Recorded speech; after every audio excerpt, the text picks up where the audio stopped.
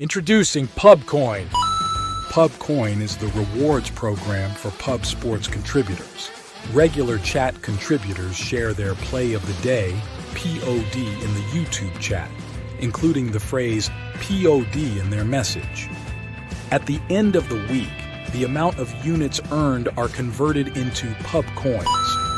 PubCoin can be used as reward points for prizes, shop discounts, and contests. Hey, what's going on, y'all? It's Mills here. Pub Sports Radio. Do you guys want to challenge the personalities here at Pub Sports Radio? Do you guys think you're better than them at entering in your MMA predictions and picks? Would you want to get paid for it? $100? Here's how you do it, man. You sign up right here at the link below. It's just this easy. PubSportsRadio.com. Enter your email. Pick your weekly picks. That's it. Oh, and you get bonus points if you can predict how they're going to win in what round. Every single week, a new winner's getting crowned. So every Saturday on Pub Sports Radio. So come on and check us out. You can win $100 just for signing up. Only thing you need to do is see if you can beat us here at Pub Sports Radio by entering your UFC predictions and picks weekly. Do it. I dare you. See you guys soon.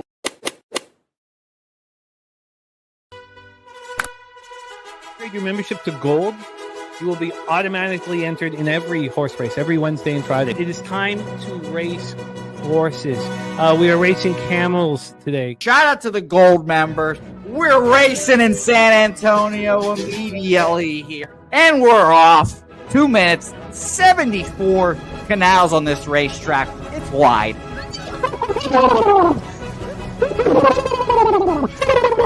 We're racing in San Antonio. Matt Wally moving forwardly. Jeff Slaughter in the mix as well. And as is Randall Sheffield, who's put that beautiful nose out front. But it's actually real grass here, Jimmy. Maybe Kentucky bluegrass. Oldie, no! There he goes. Oldie in the lead now. K. Wolf falls back. The horses love it. Sometimes they stop and eat it on the way to the finish line. That's why your horses start so far in the back. Here. Oh, look at Nusquash Allen bursting out here. J-Dub in the mix. Rude Boy up here as well. Jimmy, take it away. There's Oldie. Oldie is moving to the front. We are past the halfway mark in our 2 mile. And there's Ricky Levy.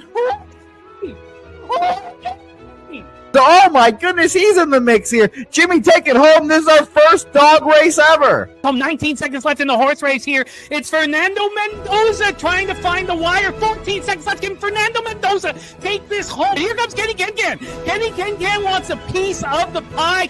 Put his schnoz up front. Ricky Bobby, 9 seconds left. Can Donuts Silks make a run? Can Res Mall make a run to be $50? Bouquett, you son of a bitch!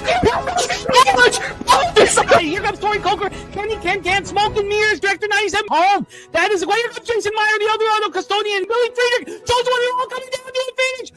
Coin!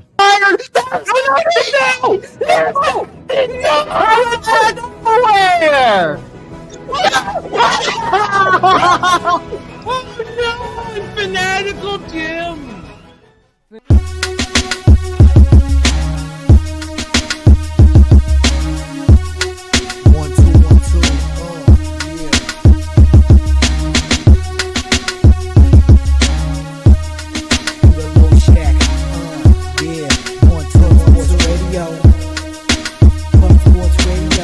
From the corporate Peter Loshak, legendary sports handicapper, more dapper than a dawn.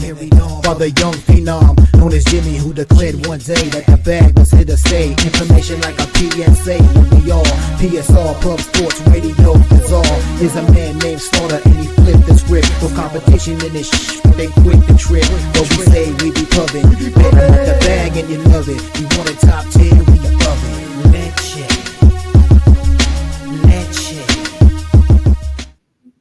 Ben, all right. Love that intro. Hi, and welcome to Pub Sports Radio. I'm Peter Loshak. That guy to the left of me is Dabby Cab. You all know him. Nice haircut, Dab. Ooh, nice haircut, Dabby Cab. Thanks, Pete. Very Beatles almost. 64, 63 Beatles almost. I like it a lot. We're gonna have a great show today. Shout out to the comment section here. We are Pub Sports Radio. Today is Tuesday, September 9th.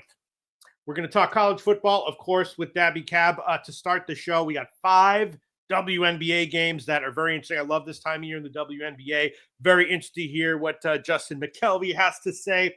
I think there's some value there. Of course, we're going to talk the entire MLB card with Jose Bouquett. Dabby Cab, great to see you. Very nice hair. I'm telling you, that's not an insult. Look, that's a compliment. It looks like 64, 63 Beatles. How's college football going so far for you, Dabby Cab, first 2 weeks? Week 1 was a absolute train. Well, I say week 1.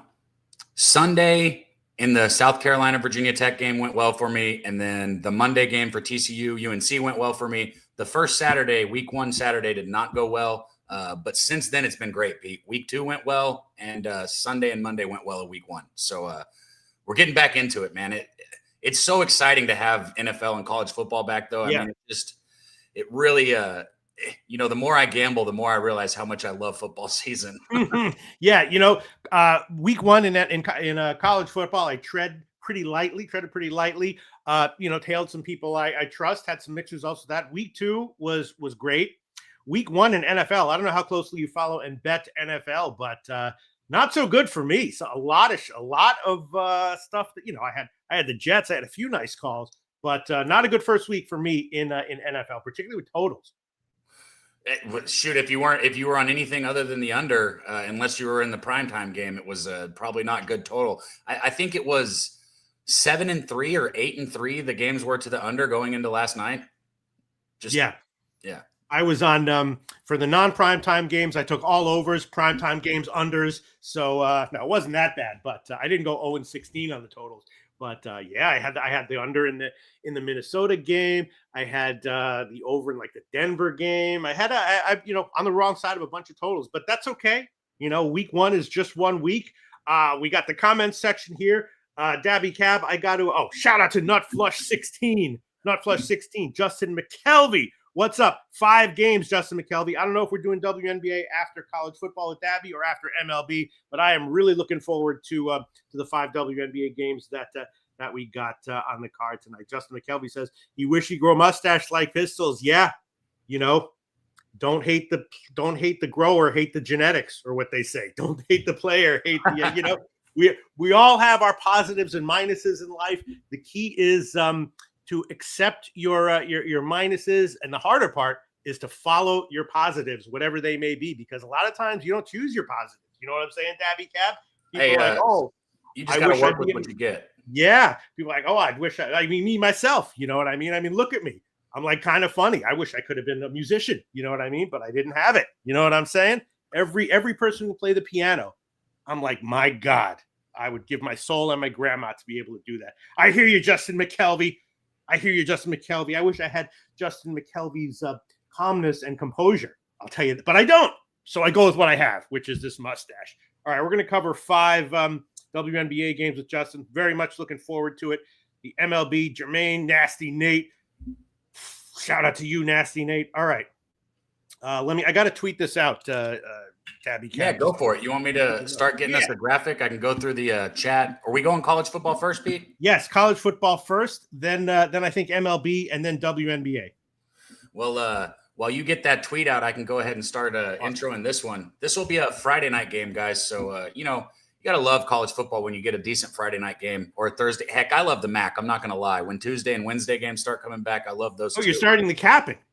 Oh, did you not want me to? Oh, no. I thought you were going to start just like bullshitting for like 30 seconds. No, because the Colorado-Houston game, very interesting. I want to give my takes before I hear what you have to say, and then you respond to my takes. My takes are very short.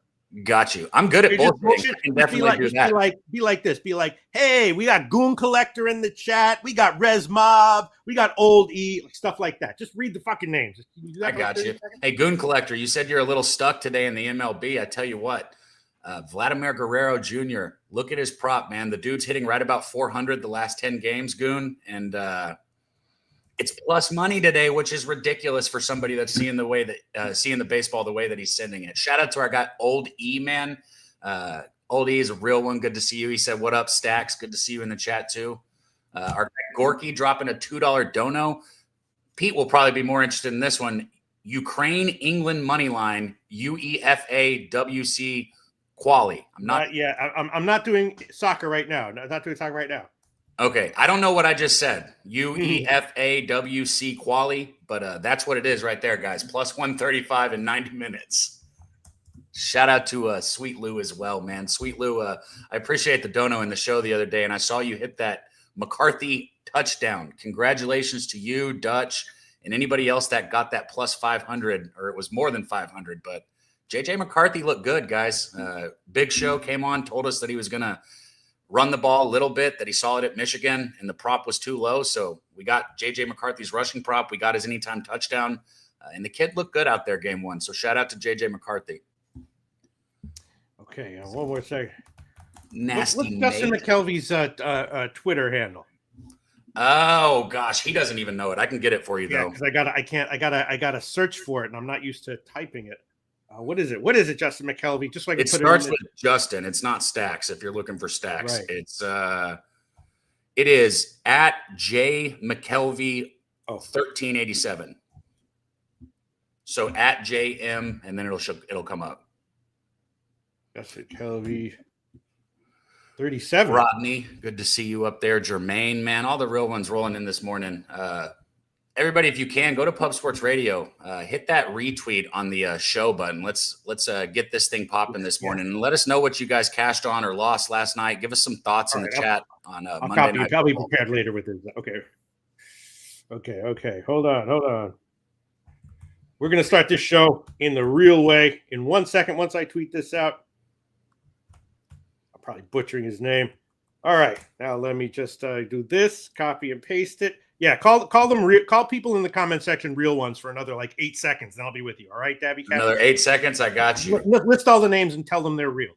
Addie Day. That's a new name. Doesn't seem very real, but you know what? You're a real one. So shout out to you. I'm just kidding. I'm sure that's a real name. Thank you for being in here with us. No judgment. You got Stacks up at the top. Manny Machado over 1.5 total bases at even money right there. Shout out to Stacks. He said Stacks record 578, 614. I know that's not a bad record though, because you're always going at plus money, Stacks. So I'm sure that record, I'd love to know the ROI on it. Okay, here we go. I'm ready. Shout out to everyone in the comment section. You're all real ones. Let's get into this. Dabby Cab, college football. You ready? I'm ready to go, Pete. All right. First game we're going to talk about is Colorado and Houston, right? Houston is a pretty impressive team this year, right? The coach is in the second year. Wait, let me just get my notes. Coach is in the second year. Colorado lost to Georgia Tech, and it wasn't really fluky. Houston played two much weaker teams, rolled them both. So you don't exactly know how they'll do it against better competition. But Rice is no slouch. That was a nice win by Houston over Rice. And, of course, Houston's now going to be stepping up in class. But to my eye, they look much better than Colorado, especially at home in this spot of the season. And, Colorado still isn't clear at quarterback in the Delaware game, which is good. But Delaware is obviously, not good competition. They played the third stringer, and he did well. But Houston, I'm not sure how they'll do against elite competition, but I feel like against competition like Colorado at this point in the season, they should roll. I also thought that the total was a little bit low because Houston, last year their offense was had some issues, but they have the new the former Texas A&M quarterback Weigman now, and he's looking pretty good. Colorado is running pretty well, and they should put up some points against Houston. So I like the over 44.5. And was definitely leaning Houston minus 4.5. And I think the line has moved in Houston's favor. But on the road, Colorado here, I know that they are, coming off of, the loss to Georgia Tech was just 2 weeks ago. So they're not going to come in here complacent or fat and happy. Feels like Houston is just a half notch better right now. It's and you alluded to it, Pete. They're on year 2 under Fritz here. And if you remember, he was the guy that took that Tulane program. It was like they had like a 2-win season, and then the next year I think he went 12-2. Just a absolute turnaround.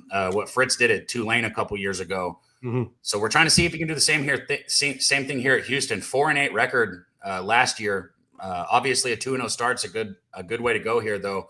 Connor Wigman coming in from A&M. Look, I got to remind myself with people like Connor Wigman and Carson Beck and some of these transfers. just because it didn't work at the school they were at before doesn't mean that they won't find a better fit or a better coach or a more comfort zone. I look at quarterbacks a lot like a pitcher, where it's a huge mental battle, right? And sometimes the mentality or the mindset it can make or break somebody. Of course. Plus it's a system, There you go. It's a system. It's just how well you fit into the system. I think Connor Wigman taking a little bit of I guess you could say, step down to Houston is probably a good thing for him. I think he's fitting in this system a little bit better with Fritz. And I like this Houston team. Shout out to my pops. I don't know if I've ever told you this, Pete, but he's one of the best college football gamblers that I know. My dad is everything else he's terrible, but when it comes to college football, he is on point. And he told me that's what I was talking about before. Your negatives and your positives. You got to go with your positives, even if they're not what you would choose. Yeah, exactly. He told me week 1 and week 2 Houston, and of course I didn't bet it because it's my dad and I don't listen to him. But he was right both weeks, and they covered. He hit me up immediately when the lines came out, and he said he likes Houston again. Since then, it's moved to a 6, and I don't like chasing the steam, but I still like Houston as a side, and I like this over a lot, Pete. The only reason it scares me is because I think it should be like a 48.5, maybe a 47.5. That's the only thing that worries me about it. Colorado here is going to have their third-string quarterback in. Dion said that they're going with him. It's not an injury type thing. They think he's ready to step up and play. And the offense was moving a lot better last week if you watched when he came in the game. 2 touchdown passes, like 180 yards I think he had. I think we get points, Pete. I like the over here. I like Houston as a side. I won't probably lay a -6 with them. That's just a little bit of a stretch. If I could get a 3.5, I'd be all over Houston. But I might use Houston as a parlay piece here and get a Friday night win, right, and pick another team on Saturday. I know some people frown at the parlays, but when I have 2 favorites, sometimes I don't mind it, especially in college football, college basketball. So I will probably use Houston as a parlay piece, and I'm on this over with you. Well, I have 2 other things to have you worried about the total. I have 44.5. I was like, that seems a little low. Well, now it's 42.5, and we got Wine Time Sports saying this game might not hit 40. Wow. Yeah, I mean, my sense is that that Houston has some kind of competency now on offense. Colorado issues a quarterback, but they should be running the ball. They're running the ball pretty well, and it's a low total. But the totals, that's a big move to the under. And Wine Time Sports agreeing with it. In college, Pete, in college football, it's one of those things like, now if we're talking like Army Navy or Iowa Northwestern or Iowa State, like some of those games, like, yeah, they can put a 32 up there and that thing's still going to find a way to go under. And I'm not saying this game doesn't go under. It could do anything. But these 2 teams here, I feel like there's so much volatility in college football outside of the Iowa State games and the games like that this total's just too low. I mean, at some point, one of these kids is going to throw an interception, fumble the football, return a punt. Something that is college football happens, and it usually cascades. And that's why when you get a number like this, man, I mean, we're talking 24-20 and you cash this bet. That's wild to me. Well, now 23-20 and you cash this bet. There you go. Yeah. All right. Yeah. I'm copying and pasting MLB comments here that I'll bring up in the I don't know what to think right now, Dabby Cab. I mean, it definitely, similar to the Florida LSU game that we'll talk about in a bit. I think it's pretty clear that the home team has an edge, but you're still giving a whole bunch of points to a team that does have talent and should have some fight to them and some saltiness to them, right? Absolutely. And, one thing that I think Colorado exploits here is Houston's defensive front is still very weak. And that's another thing, though, that kind of leads me towards points. I know running the ball means you're able to eat the clock and control the game tempo. But if you have enough success, it leads to points. And I don't, as much as I trust Houston's offense, I do not trust their defense. And that leads me more, again, to the over. Yeah. And yet, the market bet a low total down and Wine Time Sports. I wonder what Wine Time Sports is thinking or seeing about this game. That let's see if anyone has any comments about the total and everything. Let's see. Kong's Clips. I think Houston can score at will in this game. Not sure if Colorado will be able to match. So maybe Houston team total over as well. All right. Well, if Houston can score at will, and the total's going down, and Wine Time Sports thinks it might not hit 40, then Colorado team total under would be the play. I think Houston puts up between 24 and 35 points in this game. And if that's the case, the total's too low personally, but that's me. Right. Wine Time Sports now says Houston should win. I don't know if I can lay -6. So based on what people are saying and the way the market's moving, I guess we should be looking at maybe a Colorado team total under 19.5. I don't hate that, especially got a third string quarterback going on. I mean, I don't hate it. You don't hate it, huh? Mm-mm. I think I am going to take Houston. I think make an official play.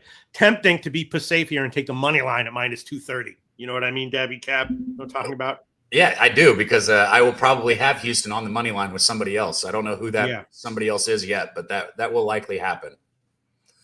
All right, but I won't do that. I'll just make I'll make -5.5, -116. I'll shop around, see if I can get better, but I'll take Houston -5.5, -116. I trust the coach. He's kind of a winning coach, right? Fritz, absolutely. I like him a lot. And year 2 in the system, I mean, we saw what he did at Tulane on his second year. So I don't know if we expect a 12-win season out of Houston or even winning the Big 12, but I do see them making a bowl this year and being a lot better than they were last year. I tell you what, we're going to hit that LSU-Florida game. I mean, I might take Houston. I'm not betting LSU on the spread. I think Florida's the side. We'll get there. But I might take Houston and LSU and put them together. Sounds like a winner to me. All right, well, we'll get to that. As of right now, I'm thinking, the total is interesting. Kong's Clips, one of the people I trust quite a lot, says Houston should be able to score at will. And Wine Time Sports, despite saying that the game might not hit 40, also likes Houston minus the points. Doesn't know if he can take it, but likes it. I'm going to take Houston -5.5, -116. I'm going to shop around and see if I can get a better line before the show. And let's quickly glance the comments section, and then let's move on. Let's see. Kong's Clips, I'm beyond Houston double result. Yeah, that might be the way to go. Get it. And there you go, Justin McKelvey. I'll probably bet Houston double result. That might be the way to take this. Let me see if I can find a double result. But Kong's Clips, you can already see the team that they brought in, implemented a system, and without even being able to see it, that is what you would guess, right, Dabby Cab? He's second year in the program. That's what you would expect, right? Yeah, because it take, like you said, the system. It takes a little bit, man, and this is the point in time where a lot of these players are getting used to the system. And I know you got a new quarterback over there, but Wigman's a smart kid. I mean, he's a 5-star tool. He just didn't live up to it. So if he's comfortable now, Pete, I mean, sky's the limit for him. Yep. Talk sports with JT. I can see Houston scoring. All right, for now, I'm just going to take Houston, but double result might be the way to go. All right, the next game we're going to talk about on the docket is Florida LSU. Now, of course, talk about a coach who is not a winning coach in general.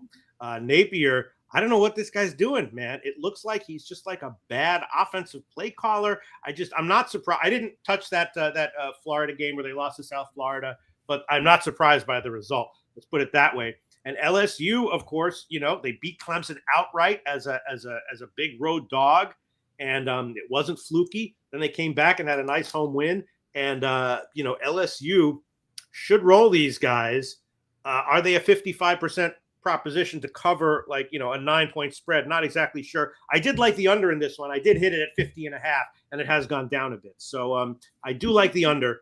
And probably, I guess, the Florida team total under as well. How's Florida going to get to 20? I don't know. Florida also beat LSU last year, right? So presumably LSU has that in their minds. Not that they would need any extra motivation, but that did happen.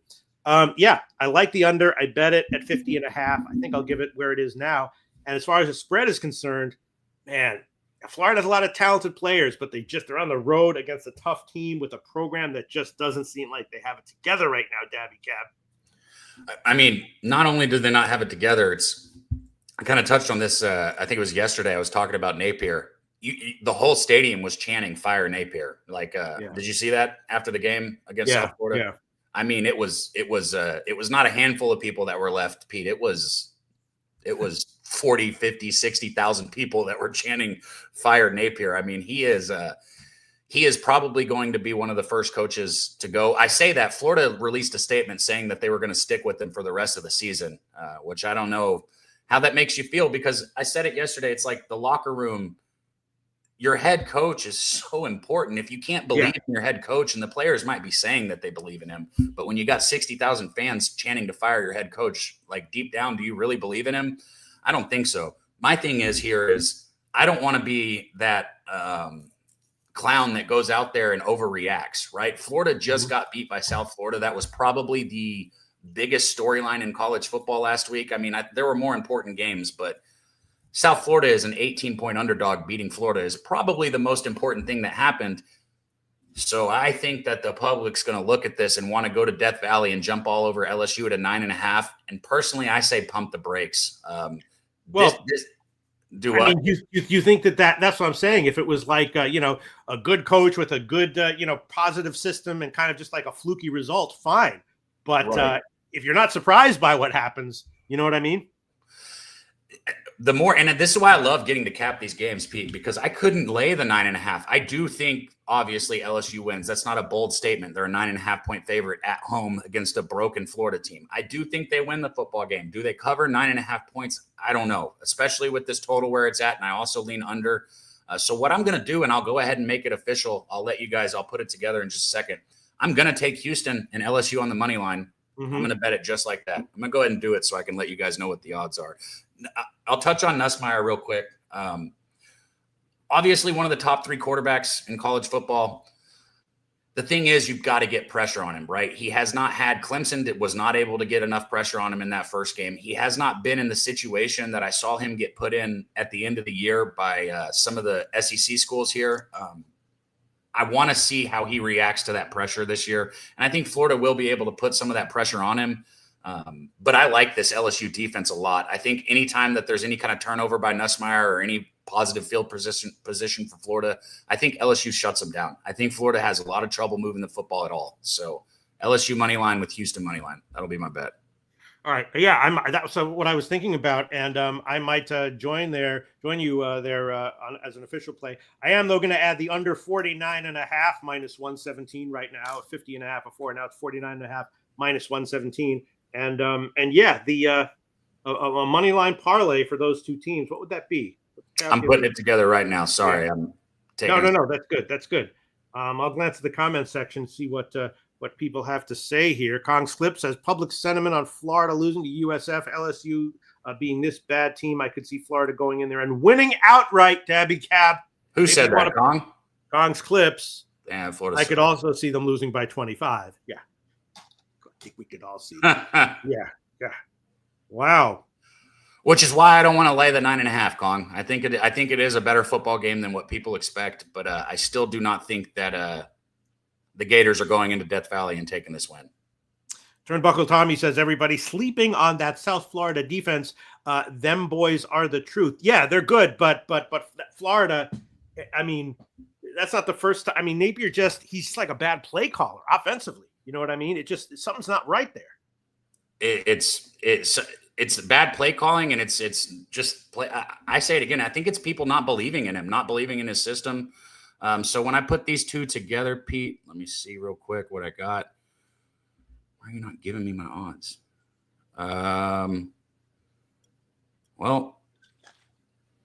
It's like minus 115. So not so bad. I'm going to bet it right now. Yeah. One of those, how does this lose parlays? Colorado's going to go into Houston with a third-string quarterback and win. Florida is going to go into LSU and win outright. Kong's Clip says maybe, though. Don't put that how does this lose parlay juju on me. Yeah. All right, I'm going to stick with the under, and I might join you on that parlay, but let me see. Other people are saying, AM says everyone should make their own rating, subjective or not. Yes. You should have a number that would make you bet Florida. Right. Otherwise, you were just guessing. Yes, AM, that's correct. But when your number is significantly off from the market, it's possible that you are just way smarter than the market. It's also possible that you are not seeing something that everyone else is seeing. Absolutely, though. You're absolutely right, AM. No, couldn't have said it better myself. Sweet Lou says could be a Florida motivational spot and a Brian Kelly fade spot while they're riding high, except motivational spots only come into play when you have at least a team with decent character and a decent vibe going on, right? Like when you have a team that's where everyone kind of knows that the coach is fucking everything up and now you're going on the road. I don't know if motivational spots come into play with teams like that, right? I mean, right? Yeah, I agree. And like I said, we saw how Auburn and Oregon, some of these stadiums look. They're making a point to like try and show off stadiums this year. LSU, Death Valley this game is at 6:30. This is going to be so hostile and such an electric environment. I mean, trust me when I say the LSU fans and the Florida fans, they don't care about what happened last week. South Florida. This is a rivalry, guys. This is two teams that hate each other, and I don't see Florida getting a win here. I just don't see it. All right. Well, I'm going to stick with the under for my only official play as of right now, but I agree with you. LSU, Houston, money line parlay. How does that lose? All right. Let's move on to the third game. We're going to talk about Dabby Cab, Texas A&M, and Notre Dame. This is a tough one. I don't know what you're going to say here. Notre Dame, of course, off of an off week, right? A bye, no game last week. They lost their opener at Miami as a small favorite, right? The yardage was about even, so not a terrible performance from Notre Dame in week one. And Texas A&M, rolled 2 cupcakes at home. They didn't cover either of them, but they didn't, have an unexpectedly poor performance, which maybe we throw out anyway. But they rolled. They didn't cover, but they rolled. And so now, we got the I don't know. Notre Dame has a freshman quarterback, and now he's going to be, making his first home start. And the question is just, is Texas A&M's offensive front going to be able to pressure him as much as Miami was able to? Notre Dame also beat Texas A&M at Texas A&M last year. So if you think that is somehow in the minds of players, but Notre Dame again, maybe they should be the favorite here. I think they should be, but they're laying a hell of a lot of points to a competent quality team. Like 6.5 was the first line that I saw. I didn't bet this one. I have no real opinions as of right now, other than it would scare me to be giving Texas A&M almost a touchdown, even on the road. Jimmy yesterday made a good point. He said that it feels like they're making it hard for Notre Dame backers to bet this and making it easy for A&M bettors to back it. I see that. I get it. That makes sense with this line's where it's at. But let's step away from this game for a second and let's just talk about last year. Notre Dame, better football team or worse football team than they are this year? They were a better football team last year, and I think everybody in the chat can agree with that. Even if you're a Notre Dame fan, we're not going to argue that, right? A&M, better football team or worse football team than they were last year? Better football team than they were last year, no question. So Notre Dame has taken a little bit of a step down, whereas A&M has taken a step up. And here's where A&M took a step up, right? They did not have a single person that they could throw the football to last year. Their receiving room was easily one of the very worst in all of the SEC. I mean, they were terrible out there. They were able to run the ball with Le'Veon Moss, with Amari Daniels. They were able to move it a little bit with Reed up and down. But as far as their receiving room goes, horrible. They went and got Casey Concepcion from North Carolina State. He has been electric. Pete, the first time he touched the football, it was a punt return. Like, welcome to a new team, right? Stadium going crazy. Since then, he's got 3 or 4 passing touchdowns. And then we got another guy named Craver who can absolutely fly up and down the field, who's also just been lighting it up. So this is a Marcel Reed-led offense that now has weapons on the exterior, and it still has the same 3 backs. A&M might have one of the best 3 backfields in all of college football, anywhere, whether you're talking about Le'Veon Moss, Amari Daniels. I just blanked on the other guy, but they got another one. They got a 5-star sophomore back there as well. I love A&M in this spot. I think they might win this football game, honestly. And that's coming from somebody who said fade them the last 2 weeks. You don't go lay 30 points with A&M against Utah State because they're not going to cover it. They never have been a team that covers a number like that. They never will be. You don't go lay the points against UTSA, even though UTSA covered with 13 seconds in the fourth quarter. Point is, A&M does not cover those spreads, okay? I was against them first 2 weeks. I'm all over it here. I've got A&M +7, and I've got a little bit on the money line. I think Notre Dame probably wins the game but A&M could win this football game. And when I think a team could win a football game, getting 7 points, it's way too many points for me. So I think the game goes under, and I think A&M is in it till the very last possession. Well, now it's up to 7. So you're saying Jimmy was saying that the market is begging you to take Texas A&M? What his words were that it seems like the line is making it hard for Notre Dame bettors to bet it and easy for A&M bettors to bet it, which that makes sense. Yes. Well, Talk Sports with JT likes Notre Dame -7. Let me see. And we talk about systems and stuff. Obviously, I could go, Pete, but Mike Elko year 2. This is Mike Elko's second year. I am a Mike Elko fan. The fan base is behind him. The players are behind him. I think this system at A&M is starting to run. And a lot of people expect Marcel Reed to struggle throwing the football. Last year's offense was built around Connor Wigman. It was not built around a mobile quarterback. Now they have an offense that's built around a mobile quarterback. I'm just saying it again. Watch out. The A&M might win this football game. Yeah, absolutely. They were the offense they had last year against Notre Dame was not the offense that they're going to have for this one. It was much more vanilla. This one is much more geared towards utilizing his strengths, right? Absolutely. I mean, whether you're talking about the backfield or the receive, Craver and Concepcion are the huge changes to this offense. Yeah. I mean, AM saying Texas A&M very untested. Okay, yeah. What is Jose Flip saying weak Notre Dame looked like shit on defense. And here, I'll keep going back to it as long as it stays up here. So everybody's making a good point. You're giving Notre Dame an extra week to prepare for this football game. I promise you, Pete, A&M has been preparing for this football game all year. They did not prepare for UTSA. They did not prepare for Utah State. All they've been doing is preparing for this football game. Not Flush 16. Anytime you're ever fading Notre Dame, wait until right before kickoff because a Notre Dame tax will come in. Yeah, that's absolutely right. And just in general, going back to like my first year of betting sports, I've always looked to fade Notre Dame as a decent sized favorite, just kind of blindly. That's my my default mode. Man. All right. Yeah, I think I'll hold off for now, but I'm leaning really hard at Texas A&M, even though the market does, even though what Jimmy said is. I think they win this football game, Pete. I really do. Okay. All right. So let's see. So what do we have now? We have Jose Bouquett for MLB. Is Jose Bouquett ready? I'm trying to figure out what we should do right now. His chair is back there, but I don't see him. I can either fuck off or I can sit here and talk baseball with you until he gets here. It's totally up to you, Pete.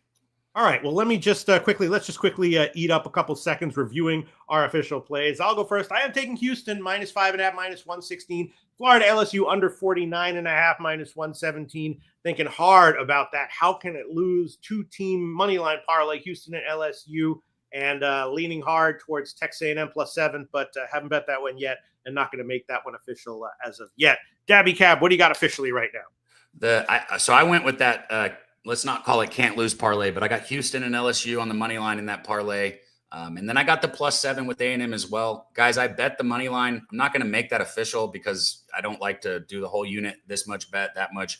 But I do have a bet on the A&M money line, and I really like that over in the Colorado-Houston game. Even though the number is begging me to bet the over, I still like the over. The first two are official. I'll probably bet that over. I'll let you guys know if I do. Kong's Clips liking the over in the Notre Dame game. So that makes it definitely feels like at least Texas A&M should put up some points, right? I think so, Pete. I'm going to say it again. I don't think Notre Dame's as high of a caliber football team as they were last year, and I think A&M is leaps and bounds better. They had zero threats on the at receiver, at wideout. Not one threat last year. You can't be a good football team and not have good receivers. What would you say about Notre Dame's defense right now? What's your take on them in general? Notre Dame's defense is by far their best unit on the field right now. But I think what's going to happen in this game against A&M is I think they're going to be on the field too much. And no matter how good you are, the longer you stay on the field, the harder it is. And I think they get worn out by the fourth quarter. So that's where I'm coming with. Yeah. And A&M's All right. going to run the ball probably 60% of the time this game. Against UTSA, Mike Elko only ran the ball 8 times. You know why? Because he didn't want to show people what he's going to do here against Notre Dame. It's going to be a completely different offense that has not been shown yet this season. Not Flesh 16 saying exactly what I was saying. You need to look at the team total over for Texas A&M right now. It's 20.5 juice to the over. And if Notre Dame wasn't off of a bye or an off week, I would do that. But what have they been doing for these past 2 weeks? Just studying how Texas A&M works with Reed at quarterback and scheming to stop it, to contain it. Right. This is the last week I think that people are going to not know. People are going to realize how fast and how electric this offense is after this week. Yeah. But they're going to have plans to hold it down, maybe even by slowing the game down, maybe, and making it low scoring. We'll see, Pete. I think they hit that team total over, and I think they win the game. Yeah. All right. Well, I guess we can start in on MLB. Did you look at today's MLB card, Dabby Cab?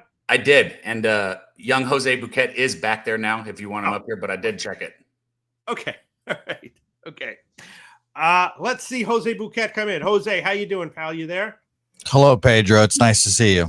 Nice to see you too, Jose Bouquett. All right. So should we keep Dabby Cab for MLB, or do you want to just? That's up to you, Cab, I guess, because if he wants to stay, he can stay. And up to you, Pete. If you want him to fuck off, he'll fuck off. No, yeah. I mean, do you have some things you're liking on today's card? What would you like to do? Would you like to hit us with what you're liking? On the card in general, or do you how about I give you guys my favorite bet on the card? And I kind of already said it earlier. Vladimir Guerrero is tearing the cover off the baseball. I mean, he's hitting almost 400 in his last 10 games, and they're giving you plus money. It's either plus 100 or up to plus 10. You got to shop around, but they're giving us plus money on his over 1.5 total bases. I'm all over that. I slammed that this morning. So go get Vladdy. And if you guys want, if I have any other bets, I can just let you guys know, and I'll pop in when y'all are talking about it. Okay, Sure. yeah. I mean, going up against Garcia, who is a quality starter. His first start gave a couple home runs, but not bad. Got strikeouts, no walks. This is how many games is this? Is only his second game back, I think, right, Jose? He had rehab starts that were generally pretty good. Yeah, it's just one of those things too, where it's like. I mean, I'm not pitching to Vlad. If the only way I feel like I lose this bet is if he gets walked a couple times this game. Yeah, you don't throw the baseball to him right now. And no, I hear you. I usually I only take hitter props when I'm also expecting the pitcher to struggle. For I tell you what, Pete, and I know you like thinking about how people gamble. This year in baseball is the first year where I've had success with the props, and I know this is such a simple thing to say, but it has to be plus money. If you're telling me, can I go pick 2 players total bases and can I hit one of them? I think most of the time I can. Sometimes I'll hit 2. Obviously, I might miss both, but at 50%, it's not that hard. If you bump that 50% up to 52 or 54%, it's really fucking hard. But at 50%, it's a lot easier. All right. Why words of wisdom from Dabby Cab with the 63-64 Beatles haircut. Dabby Cab, great doing the show. We're going to do this every Tuesday, right? You're gonna come in every Tuesday. Every Tuesday. I'm looking forward to it so hard, Dabby Cab. I mean, look, I look like what's that fucking guy's name? Gene Shalit. So who am I to talk? Dabby Cab, thanks so much. We'll see you again next Tuesday. All right. Hell yeah, Pete. Let's get it. All right, Jose Bouquett, you ready? Yeah, Pedro, let's do it. You seem like you're in top form today. Well, do I? Yeah. Your mustache is looking especially voluptuous. Your hair looks great. Thank you very much. I'm wearing. Did you condition this week? I'm sorry? Did you use conditioner this week or what? No, but I do use conditioner. I'm kind of an elite upper crusty kind of guy, so I like to do what the French and Europeans do, which is not once a week use shampoo in your hair, not every day like these crazy mall obsessed Americans are. All right, okay. You ready to go, Jose Bouquett? I didn't know about that, but I'm ready to tackle this baseball card. Let's get after it.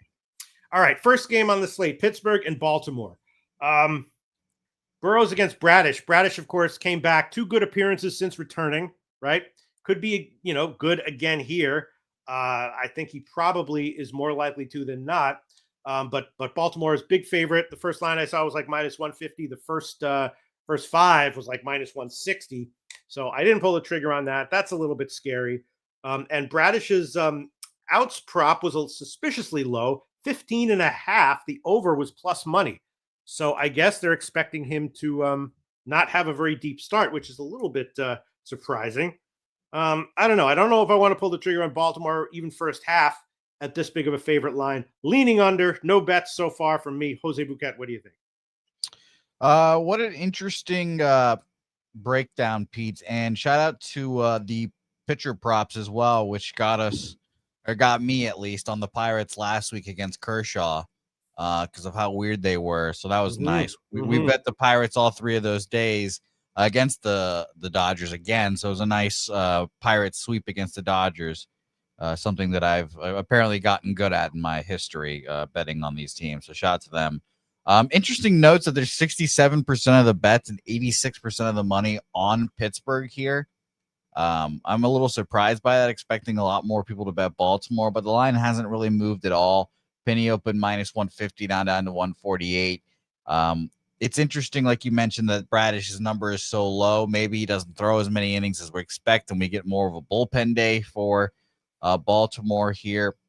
And in that case, I can tell you that Baltimore's bullpen had a day off yesterday. So I probably lean towards the Orioles here, even though there's a bunch of money on the Pirates here. Line not really moving. I just don't want to lay a big price with the Orioles here. Minus 150. I can see a -1, but I don't like betting -1, -1.5 here. So nothing here for me, but it would be a lean towards the Orioles. Yeah, I'm just not sure. There's actually, I will tell you this, Jose Bouquet. There are a lot of pitcher outs props that were shockingly low to me, and I didn't really have an explanation for it. Like 5 or 6 of them. This is one of them. So what do you do? What do you do when they're shockingly low to you? So, for example, like me, if I see a line and I'm like, wow, the Orioles are minus 150 against the Pirates, I expect it to be minus 130. In my head, I'm like, okay, the books know something, and I immediately think that I'm wrong and the Orioles should be bet. So what do you think? Yeah, I mean, money lines and totals are different from props, Yeah. There's a lot of different ways. Yeah, it hasn't really moved. I mean, Bradish, is he, my first thought would be, is he on some kind of pitch count that I'm not aware of? Or, does someone know something? Because they do, decide they're going to start limiting pitchers, at the end of the year, I guess. Yeah. For lots of different reasons, Yeah, and he's just coming back from an injury. Yeah, but he's just coming back from an injury. But, his first start back, very 10 strikeouts, 6 innings. Then he went into San Diego, got some strikeouts, and then they cut him. So it looks like he's going to get about 80 to 85 pitches. So if you're expected to get like 80 or 85 pitches and you're expected to pitch relatively well, how can your outs prop be 15.5 and juice to the and with the over as a plus money line? Yeah, basically begging you to take the over. And his earned runs prop is 1.5. The over minus 130. So the market expecting a very good, very short start from Bradish. Interesting. See, me personally, Pete, it makes me feel like I would bet the under, but I'm not a prop better. I'd be betting the under for Kyle Bradish outs and eating all that juice. Maybe I'd even consider betting the over minus 130. You said the over is minus 130, right? For his earned runs. Yes. So yeah, I'd even bet the over on that because minus 130 feels like they don't want you to bet it. All right, well, let's see what. No one in the comments section really. The Irish King likes Pittsburgh money line. I mean, it would definitely be Pittsburgh or nothing and under or nothing for me as far as this game is concerned. But all right, I guess I will hold off for now. Maybe I'll add something later, and let's move on. Next game, KC Cleveland. Cameron starting for KC. High volatility. His last 2 appearances were bad. Cantillo starting for Cleveland, 3 straight excellent starts. He does have issues with walks, though, that can creep up. And, of course, Cleveland had a big win yesterday. And KC just, kind of lethargic right now. The offense most games is not doing much. They had 1 big double-digit explosion, but every other game over the past, 6 or 7 games or so has been, 0, 1, 2, 3, kind of like that. So I'm leaning under here. Cantillo, he does run up high pitch counts, and Casey did hit him a bit his last out. So I don't know. This is a tough one. A big win from Cleveland yesterday. Does Casey bounce back, or are they just lethargic right now in general? Yeah, I'm kind of right there with you with the lethargicness of the Royals. I don't really trust them here. And I was trying to find out information on Bobby Witt to see if he's all good and going to play. But 2.5 games back are the Guardians of the last wild card spot. The Royals are 3 games back, so you would think that this would be like such an important series for the Royals to try to get back in it. But if the Guardians win one more game in this series, it feels like 3.5 games are just going to be too much. But I kind of went back and forth on this game, Pete. Market in this game. Let's talk about it here. We've got 70% of the bets, 63% of the money on the Royals here, which I don't like being on such a popular underdog there, if I'm being honest. 86% of the bets, 91% of the money on the under in this game. Line movement for this game, at least if you're a Royals backer, it's creeped towards them here. Opened up at minus 111, or excuse me, minus 119 at Penny. It is now currently minus 111.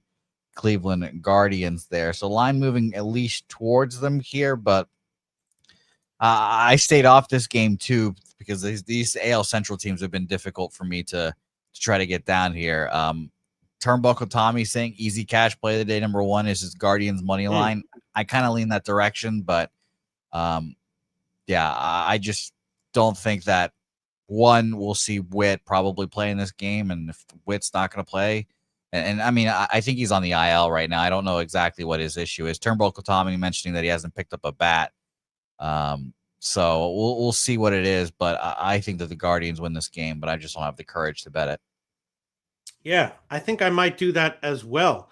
There definitely seems like there's something wrong with KC. I was a little bit nervous about fading Cameron in any situation, but he's definitely started to stink things up. Cantillo has walks issues, which is something that always makes you nervous, but it's a very low line. Let's see where the line's moved. First line I saw was like, yeah, wow. So it's been about a 10 or 15 cent move in favor of KC, Jose Bouquett. Yeah, I mean, it feels pretty surprising to me that KC, but I mean, they're getting 70% of the money, 60 or 70% of the bet, 63% of the money. So the line should be moving their way. But Nufflush Allen saying KC absolute no bet for the rest of the season. I mean, right. No Bobby Witt, no Jose Bouquett, I guess, because they just don't have, they didn't have thump or any offense with Bobby Witt. Now you take out their best player. It's just like, Jesus. Well, Turnbuckle Tommy says easy cash play of the day. Guardian number 1, Guardians money line. Nutflush 16 says KC absolutely no bet for the rest of the season. Yep, I was thinking about the under in this one too, but I guess I'll hold off for now. I might not have that many official plays in MLB today. The next one, you ready, Jose Bouquett? Washington and Miami. Mm-hmm. All right, everyone, tell us what you think about this. Washington won 15-7 yesterday, and both of these starting pitchers have been struggling and both faced the other team in their last starts, right? So Parker, obviously, he's been vulnerable for a while now. He didn't get crushed in his last start, against Miami. He gave up some runs, but, it was the least bad start from him in a while. And Mazur for Miami got hit in his last start. In the minors, he kind of was getting hit there too. So Mazur does not inspire confidence at all here. He does get strikeouts. He's one of those guys who gets hit, gives up runs, also tends to get strikeouts. Big win for Washington yesterday.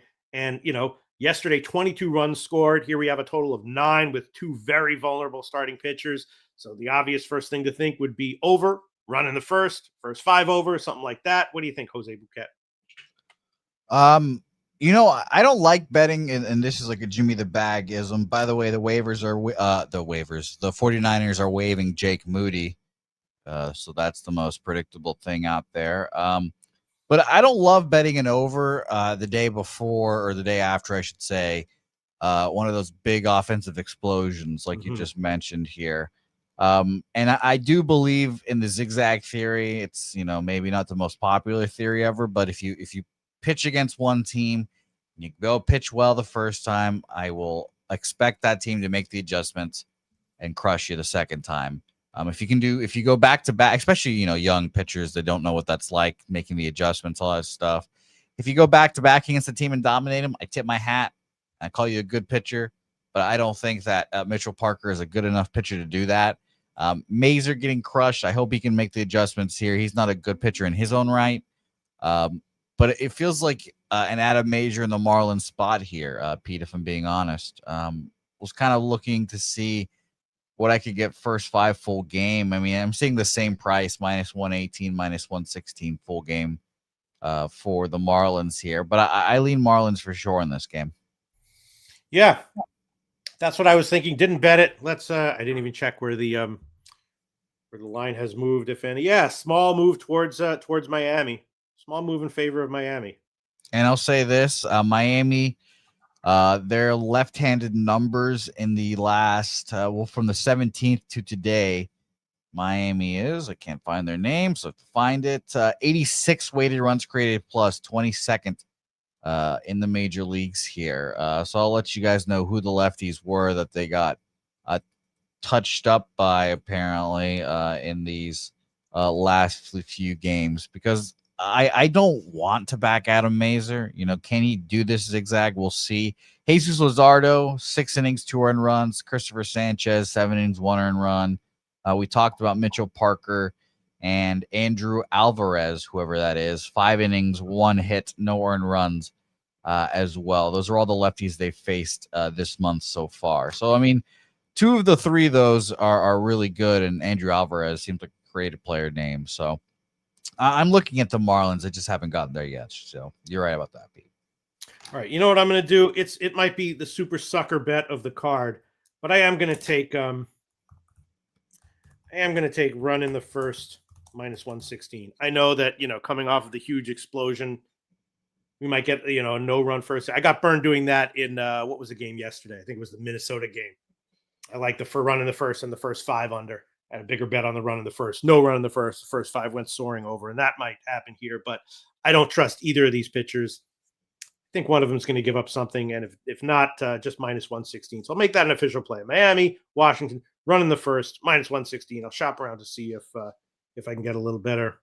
And I think I'm going to stay off the Marlins. You know what's interesting, Pete?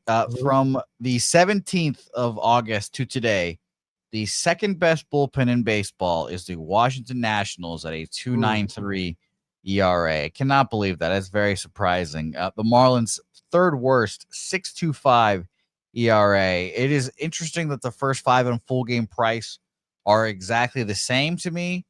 So I'll stay off here, but it's just going to be a Marlins lean, I guess. Yeah. Very interesting stuff here. I'm just shopping around here. Yeah. All right. So I'm going to take first inning run. Yes. Minus 116. Washington, Miami. Let's see what people have to say. And then we'll move on. All right. Okay. Goon Collector likes Marlins first 5. Sure. Okay. Just looking. All right. Next game on the card is Mets and Philly. Manaea against Suarez. Manaea, of course, has been vulnerable for a while now. 2 starts ago, he faced Philly, and that was his least bad start over his past 5 starts or so. At home against Philly, still gave up some runs, but he struck out 8. I was thinking he's going to be vulnerable here, but if you look at his props, and then Suarez can get hit. Last 3 starts, awesome. Before that, he had been vulnerable. And, adding it all, and the Mets definitely slumping right now. Philly's all right. So adding it all up, Philly first 5 at like minus 135 or so seemed super obvious. Manaea's out prop was very low, 15.5.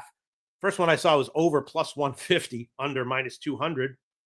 And Suarez is on, he pitched last Thursday, so sort of normal rest, but short rest for today's era.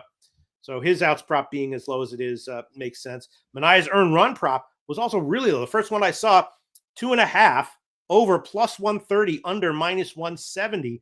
And he's given up 3 or more earned runs in 5 of his last 6 starts. So obviously the market started out expecting Manaea to, have a short outing and to not get too crushed. But Philly first 5 seems like the obvious play. Is that a sucker play, or do we want to go for it? What do you think? I think it's a sucker play, Pete, because I thought that the Mets' first 5 here was the more interesting play here, if I'm being honest. We just talked about the zigzag theory. That's more for back-to-backs. and I think closer time spans. The Mets are just very good at hitting lefties, especially in these last few weeks. 171 weighted runs created plus against lefties in that time span, 218 plate appearances, so a pretty good sample size. Philly not too far behind at 252 plate appearances and 115 weighted runs created plus. That's 10th best. But it's very interesting to see this line. I did lean Mania here, and I was looking at, again, bullpen rankings here. New York Mets, 21st. On the sample size of 463. Philadelphia here is 20th, 459. So maybe all these numbers are saying over right now. The fascinating part about this market here as well, we have 53% of the bets, 61% of the money on the Philadelphia Phillies here. I'm seeing at Penny, they open this up at minus 129. It has stayed there, and it was at minus 128 right now. So slight move, if anything. And where we used to play poker at minus 135, now sitting at minus 128 themselves. So it's slight movement. And I want to bet the Mets here first five, if I'm being honest, Pete. Yeah. Turnbuckle Tommy saying, or is Turnbuckle Tommy saying, that he's contrarian, but he can't be that contrarian to take the Mets, I think. And people talking about the total, which is just 8.5. Yesterday's game, of course, was 1-0. And, historically, both these guys, Mania and Suarez, can be close to lights out. So, I guess in considering that, an 8.5 makes some sense. It's just that Mania has gotten so touched in his last bunch of starts, and Suarez got so touched before 3 starts ago. So they both seem vulnerable. But yeah, I think I'm going to pass on this one. Interesting note here, real quick, Pete. These are the lefties that the Phillies have faced recently. On the 3rd of September, Jose Quintana, 6 innings, 7 hits, 3 earned runs. Chris Sale, 6 innings, 1 earned run. Sean Manaea, we just talked about. They got to Mitchell Parker twice. 5 innings, 6 hits, or 6 earned runs, and 1 1/3, 5 earned runs, 6 runs cross on the 17th. So I'm going to go ahead and say that those numbers are a little inflated by that as well for the Phillies. So it's interesting. It's very interesting. So yeah, I'm going to move on the Mets first 5. Wow. Jose Bouquett. Ballsy as hell. Yeah, let's see. Is it cheaper for the Mets first? Let me see. It's about the same. Plus 115 first 5 and plus 116 full game for me. Okay. You're doubling up, huh? I'm just taking the first 5. And Nut Flush is a good point. Good point about team total. I think this is an over game, and I wouldn't hate a team total either, but I'm still just a stubborn donkey, and I'll take first 5. Yeah, I mean, Suarez has like such high volatility that if I was going to take and Manaea too, if I was going to take the Mets, I'd probably take like a -1 or -1.5. You've got big balls if you do it. Yes, very big, very big. You're safe in some instances, people. When you let them dangle, you let them dangle. Yeah. That's not a good combination. All right. Let's move on. I'm going to pass once again. Next game is another interesting one. Casey Mize. It's Casey Mize day. And Detroit against the Yankees. Of course, Mize had been vulnerable, and I was doing well fading him most of those starts. Last one was better. I'm guessing he'll be a little iffy here, though. My numbers indicate that he still doesn't really have it. And Warren, been generally good, can get hit. And this is another one of the outs prop that seemed very, very low. I mean, I know Warren, cannot go deep and stuff, but the first outs prop I saw for Warren was 15.5, and the over was plus 140. And he went over, 15.5 outs in 9 of his last 11 home starts. And now you got a 15.5 giving you plus 140 for the over. Just something that is interesting to look at. Mize's outs prop was expecting to go exactly 5. It was actually 14.5 outs, very heavily juiced to the over. So a 5-inning start expected for Mize, 4.5 hits from him. So that seemed a little bit low to me, unless he's turned some kind of corner. I'm not a big believer in Mize in this spot. Don't know if I want to lay it with the Yankees, though. The Yankees' first 5 was like, minus 160 or so. I'd love it if it was like 120, but at 160, don't know if I can pull the trigger. Still don't know what to make of Warren's very, very, very low outs prop, especially considering that his strikeouts prop was very high.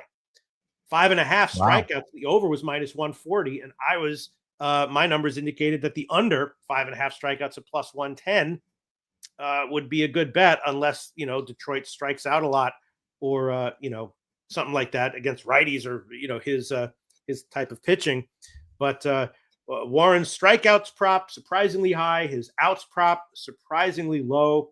Yankees a big favorite here. Mize with a better start last time out, but I don't necessarily like this spot for him. So I'm still thinking about what I want to do. What do you think, Jose Bouquett? Yeah, this is a Yankees or pass spot for me, actually. Won't hear that from me often. Minus 150, minus 160 just seems so inflated to me.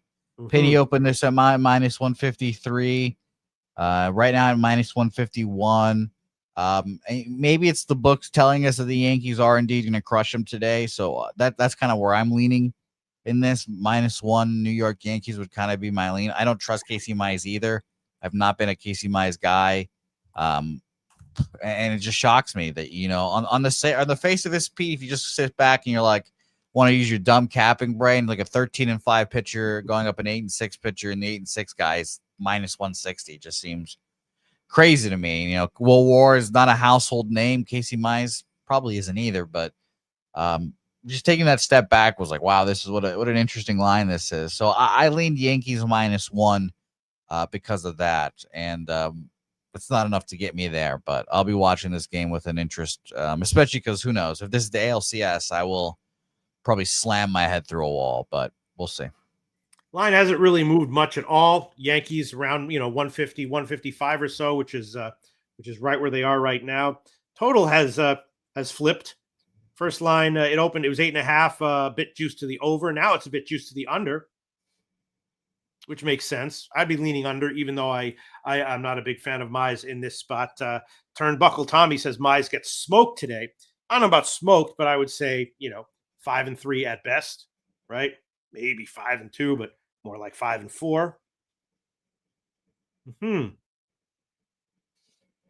Yeah, and Goon Collector saying Will Warren better at home compared to on the road. Is he on a pitch count or something? Warren? That's a good question. I mean, I don't know if he's a young pitcher, but he's not been on the Yankees for a while. He's 26. His is 2025. He's thrown 141 innings pitched. It is by far his career high. Last year he threw 130-ish, 131-ish. So he's up above his career high, but I personally didn't think they would be putting a pitch limit on him or anything like that. Yeah. Oh, I could go to another book and get 14.5 at minus 186. Jose Bouquett. Probably they're both bad bets, but what should I do? 14.5 minus 186 or 15.5 plus 140? Definitely 140, right? I mean, yeah, you know me. I'd rather have the plus money. Yeah. All right. Here we are, boys. This is a clinic in how the sports books get you. This is what you are not supposed to do in sports betting. I'm going to make it official. Warren over 15.5 outs plus 142. I can't tell you why it's that high. Historically, it makes no sense. I think he'll be all right. I'm leaning under on this one anyway. The strikeouts prop very high, and I'm leaning under on that one. What are people saying in the comments section? Anything of note? I see Irish King likes Cleveland, but we'll talk about that game here soon. Mr. He likes to judge home run. If it comes, it'll be late in the ball game when the game's already over. We know that. But no, nothing of interest here. All right. I'm thinking of also adding on the strikeouts prop at under 5.5 at minus 140 or so, a decent line. They probably somehow somewhat hedge each other out a bit. Yeah, now it's down to about 5 cents further. All right, I'm going to think about this. I want to fade Mize in some way, but I can't quite figure out how. Maybe the 4.5 hits. You don't have the ballpark pal stuff, do you, Jose Bouquett? I do not actually know. Yeah. I want to take the Mize hits prop. over 4.5. Yankees hit righties okay, right? Yes, the Yankees against right-handed pitching from the 17th to the 9th. They are fourth, 132 weighted runs created plus, 32% above average. It's pretty fucking good, Jose Bouquett. Yeah, they're a solid lineup, especially at home.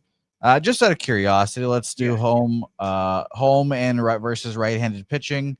127 weighted runs created plus in that sample size, so still good. All right, I'm going to take it. I'm going to shop around. Hit Mize over 4.5 hits, minus 115. Might be able to get better. Warren over 15.5 outs, plus 142. Leaning Warren under 5.5 strikeouts as well, but I think I won't take that. Leaning under for sure. I mean, that's a pretty big market flip, right? The over to the under.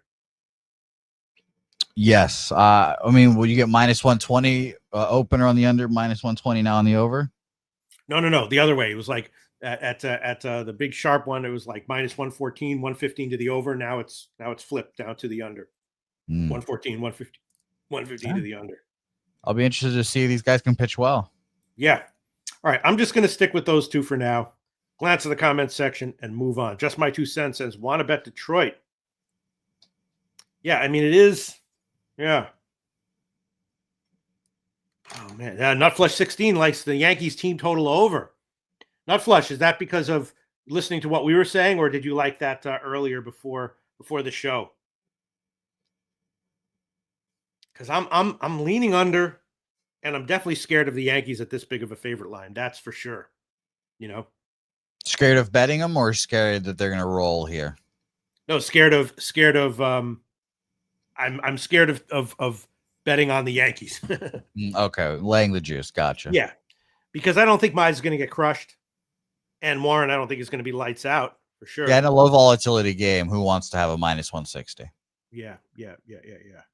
All right, let's move on. But great comments and insights, everyone. All right, here we go. Houston-Toronto game. Garcia against Bieber. Bieber got hit at Cincinnati in his third start since his return. I did have the Bieber over strikeouts prop in that one, which cashed, but I was getting nervous because he did finally get hit. Now he's back home against Houston. Garcia, we talked about this with Dabby Cab at the beginning of the show. His first start back, from injury was not bad. He gave up a couple home runs, but no walks and 6 strikeouts. And his minor league rehab starts were generally pretty good. In general, Garcia is a guy with some good pedigree, history of success in the majors. So now Houston is a decent sized dog here. I like the under. I don't want to fade Bieber in this one. I expect Bieber to have a bit of a bounce back start here against Houston. And Garcia, here's another one, Jose Bouquett, right? His first start was pretty good. He's a real major league pitcher. The first outs prop I saw for Garcia was 15.5 over plus 130. Wow. Does that not surprise you? I mean, he is, like you just mentioned, coming back from an injury. Yeah, his first start, 6 innings, 3 earned runs. But that was against the Angels. I do expect him to get touched up a little bit today. So again, I'd lean to the under of that plus money. That seems to be very inviting here. Thinking that Luis Garcia, I tend to believe that pitchers, when they make their return back, it's one or the other. The first start or the second start that they get touched up on. So I would lean towards him getting touched up this game and going under that. Maybe that was the first start. He did give up 2 home runs. I mean, this is a guy with 2 full seasons of excellent MLB results. Rehab starts were fine, were good. And first start back. All right, he gave up a couple home runs, but it was fine. He goes 6 innings. And now his outs prop is 15.5, heavily juiced to the over. I do like Bieber here, though. I definitely kind of like the Houston team total under. I'll search around for 3.5 at plus money or 4 at 4.5 at big juice. Maybe just take the 4. But I do like a bounce back from Bieber here after getting hit at Cincinnati, but still picking up all those strikeouts. And Toronto's a pretty big favorite. So let's see what the comment section. By the way, Pete, I got Ballpark Pal from Spoons here. He sent me the thing. So do you want to see Mize in that start? Is that what you wanted? Yeah, I know what it is. Yanks hits minus 27%. All right. What is it? Minus 11% runs for the venue. That's the least offensive ballpark of the slate. minus 4% home runs, minus 7% doubles and triples, minus 9% singles. Again, the least offensive ballpark of the pack, apparently, according to Ballpark Pal. Thank you to our guy Morgan Spooner for sending that. Thank you so much, Morgan Spooner. All right.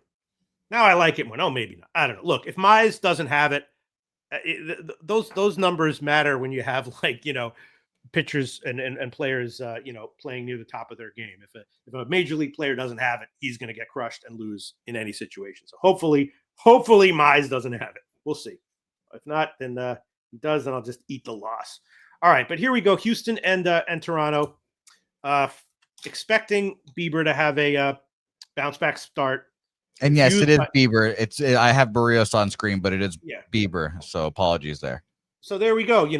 Expecting Bieber to have bounce back start. Extremely low, surprisingly low outs total to my eye for Garcia.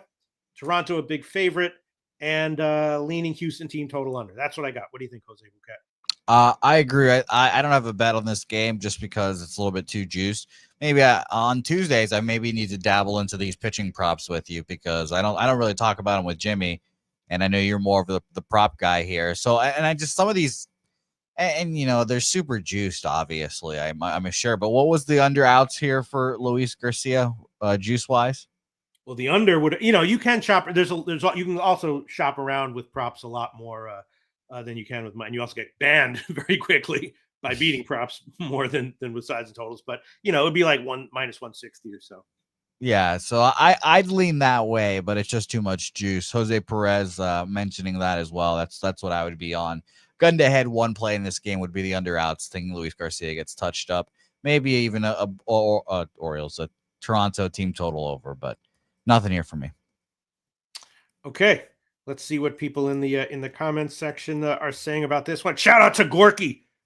Man, I haven't been excited about watching someone in videos since Sharpie, Jose Bouquett. Man, love Gorky. Shout out to you, Gorky. Did you hang out with Gorky this weekend on the streams? Did I? Yeah, did you? No, I would have liked to. No, I just watch him, but I would love to hang out with him on the streams. Okay, well, hopefully on anything against anyone.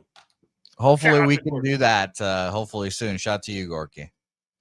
Hell yeah. The Goracle. Yeah. That's a great nickname. Shout out to Jimmy. The Goracle. All right. Okay. Got to think about what I want to do here. I think I really do want to take Houston team total under. What's their lineup like? Are they going to come in and if Bieber comes in and is in major bounce back mode, is Houston going to test them? No, of course not. Right? Maybe. Houston against righties in that time span, 92 weighted runs created plus. So I would agree. I think this is a pretty soft, soft lineup. All right, I'm going to take the Houston team total under. And how is Toronto's bullpen right now, if you don't mind my asking, Jose Bouquett? No, ask away, Pete. Toronto, everyone had the day off yesterday. Yeah. Yep. Only a few teams played yesterday. And I'm quickly scrolling to see who pitched yesterday bullpen-wise. It doesn't seem like literally anyone besides the Cincinnati Reds, the Reds, the Padres, and the Dodgers, the only teams that used their top arms yesterday. So interesting. Yeah. Okay, so I'm gonna take the Houston team total under. I'm either gonna take a 3.5 at plus money or a 4. I'll shop around and let you know what I wind up with. Got all these. It's hard to shop around for props. I guess I'm not gonna take Toronto on the money line. Houston could get this. Houston could easily get a 3-2 win. Garcia, he's a quality major league pitcher. I don't know why people are down on him. All right. Next game on the card is Cubs in Atlanta. Another interesting one, right? Horton starting for the Cubs. Excellent right now in short starts. He is on a pitch count. He's on about a 75 pitch limit right now, which is why they took him out of his last start after 5 no-hit innings against Atlanta. Or no. Yeah, wait, was the last start was against Atlanta, right? Let me double check for you right now. Yeah, I just want to make sure. I want to make sure that I'm not saying anything. I'm almost sure about that. But I mean, Horton has been phenomenal, like you said, and his last start is indeed against these Atlanta. It was against Atlanta, right? And so then, and so Horton, that wasn't fluky. Horton has been has been dealing in short starts for a while now. On the other side, Strider, who can be good, but often gets hit. He had a not great start at the Cubs last time out, right? It was all right. 5 innings, 3 runs, 1 strikeout. Maybe he's improving a little bit after 3 awful starts, but add it all up. This is another one, Jose Bouquett. How do you not love, or at least like enough to bet, Cubs first 3 or first 5? I mean, it's a fascinating spot. Cade Horton has been the best pitcher on the Cubs, honestly, for the last 3 months.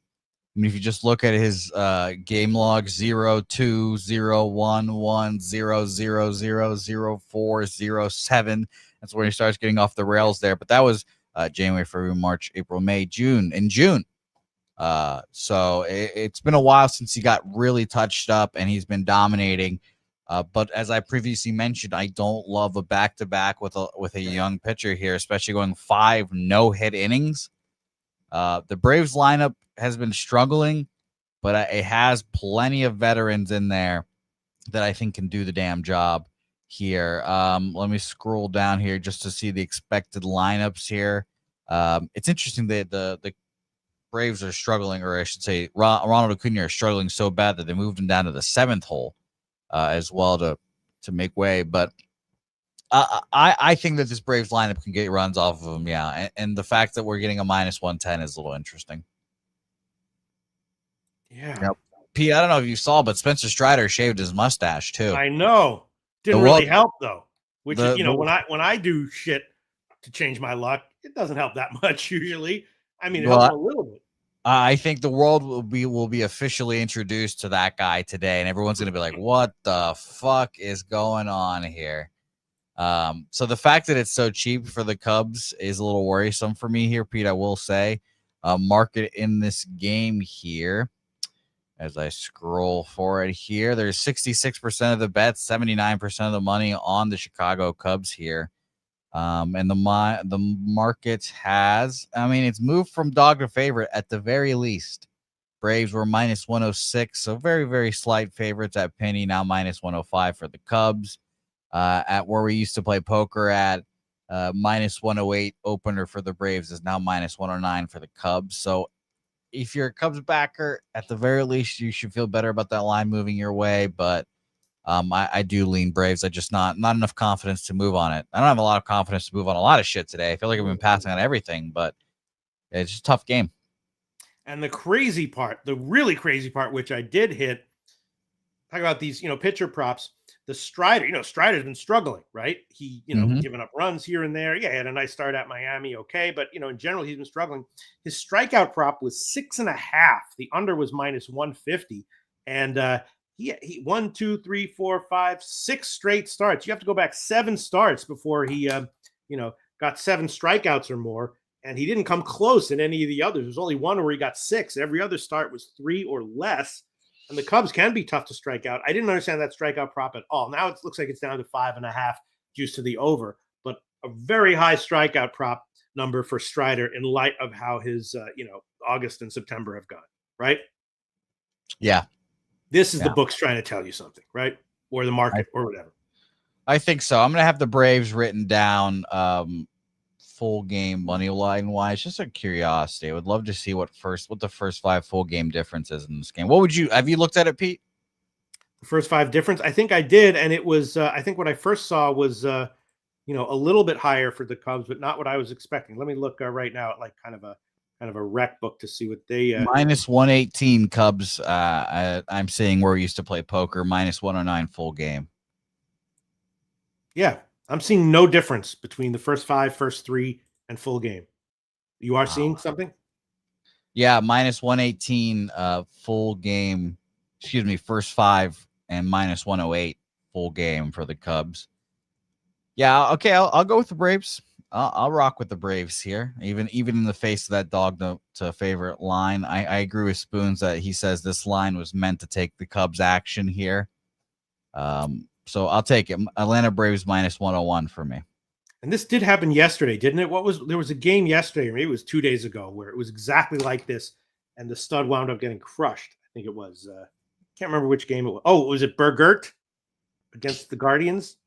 Is that the one? I don't know. I like how you said his name though. Yeah, Burgert. Made him really sound French there. Yeah. Yeah. All right. I'm gonna hold off on this one. It's a very, very strange line and a very strange bunch of the market is clearly saying that's and Strider's earned runs prop that I saw was 2.5 juice to the under, so that tells you all you need to know. They're expecting him to be more likely than not to have 2 or fewer earned runs, right? Yeah, I agree. Yes. Sorry, I was reading something else, so I barely heard you there, but I heard you say that Strider's going to have a good start, so I agree with that. His earned runs prop was maybe even more surprising than his strikeouts prop, just in terms of what it was spelling out to you. It's 2.5, slightly juiced to the under. Okay. All right. Okay. So what about all right. I think I'm gonna hold off as well. All right, let's move on. That's the comment section, and now we're going to attack the Tampa Bay White Sox game, which didn't have a line at some places. Rec books had it. The White Sox a decent sized home dog to start, 8.5, and of course the White Sox returning from a very impressive road trip, and they're just a shitty team that is now having a bunch of young guys playing carefree and winning, hitting. And that is something that I love to bet into, at this time of year in MLB. So I was on them for a lot of those, road dog wins. Now they're back home again, of course, as a dog against Tampa Bay, who's off of 3 straight low-scoring home losses. And, Hauser against Gomez, 2 very inconsistent guys. Hauser, very up and down, off a start where he gave up runs, but, still had a bunch of strikeouts. Gomez, off a nice 5-inning start, can have control issues, especially at home. And so once again, I don't think I'm going to bet it this time, but it seems like it's White Sox or nothing right now. It's interesting. I've been so focused because Jimmy and I have been very locked in on the totals at the Rays Stadium, whatever the fuck it's called, and on the unders coming in there. So I've been looking at those unders cashing. I'm like, oh my God, what an annoyance. But it seems as if I don't know about you guys. I think we're getting Adrian Hauser on the bump for the Tampa Bay Rays here. Yeah. Some books are slowly starting to put out lines. Like I'm seeing Penny open this up -137, now -135. So fascinating, but I didn't have enough time to really dive into this game. I don't trust Yoendris Gomez. But if the White Sox are hot, I guess I'll stay off that track, Pete. I want to get ran over by the White Sox train. Yeah, I mean, they're clearly, and it's just one of these, now they're coming home off of a road trip, but again, they just don't give a fuck about anything, as they shouldn't. It's just like, they're like, all right, whatever. Now we're home. We'll keep winning. Who cares? Yeah, it would definitely be White Sox or nothing for me at about +125 or so. I guess I'll hold off, but they're definitely a blind bet on as a decent-sized dog until further notice, in my personal opinion. Let's see if anyone else is. Turnbuckle Tommy says, I think Hauser might pitch good today. Yeah. I mean, he was also with the White Sox earlier this year, so that's a monkey wrench. You never know how that's going to psychologically affect someone, or might not at all. But yeah, right, I'm gonna probably have good scouting on him, obviously, since they had him. Good point. All right, I'm going to hold off on this one, but very interesting game. Now let's go to Milwaukee and Texas. Chad Patrick is a starter from Milwaukee. Lighter, not really lights out, but very reliably excellent. And Patrick, I don't know, man, back from the minors, he had been struggling before in the majors, and then he went back down to the minors, had some success there, but I'm not sure if I buy it. I would be leaning Texas here. The first line I saw was like even money. I'm not sure where or maybe that was with the other pitcher starting. Let's see where we are now for Texas. Yeah, right around even money.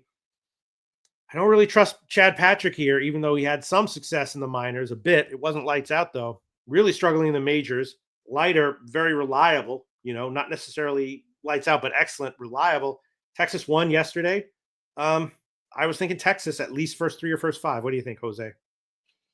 Yeah, I was leaning Texas too because of this line, but it seems like every damn time, Pete, The market says like, oh, the Brewers are vulnerable, the Brewers are this, the Brewers are that. Brewers come through and win. So it's been something I've been watching this whole year. It's been very frustrating.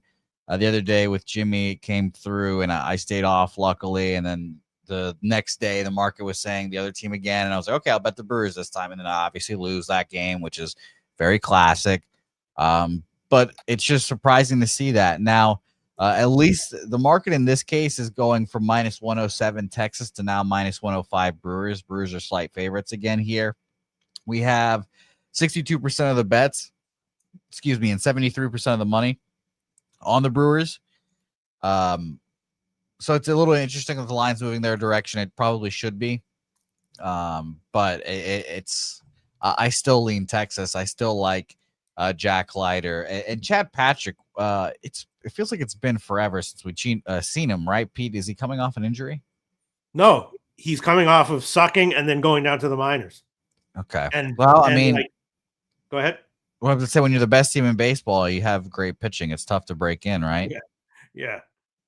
So, and his minor league starts 3 2/3, 6 hits, 2 earned runs, 6 innings shutout, 6 innings, 4 earned runs, 5 innings, 6 earned runs.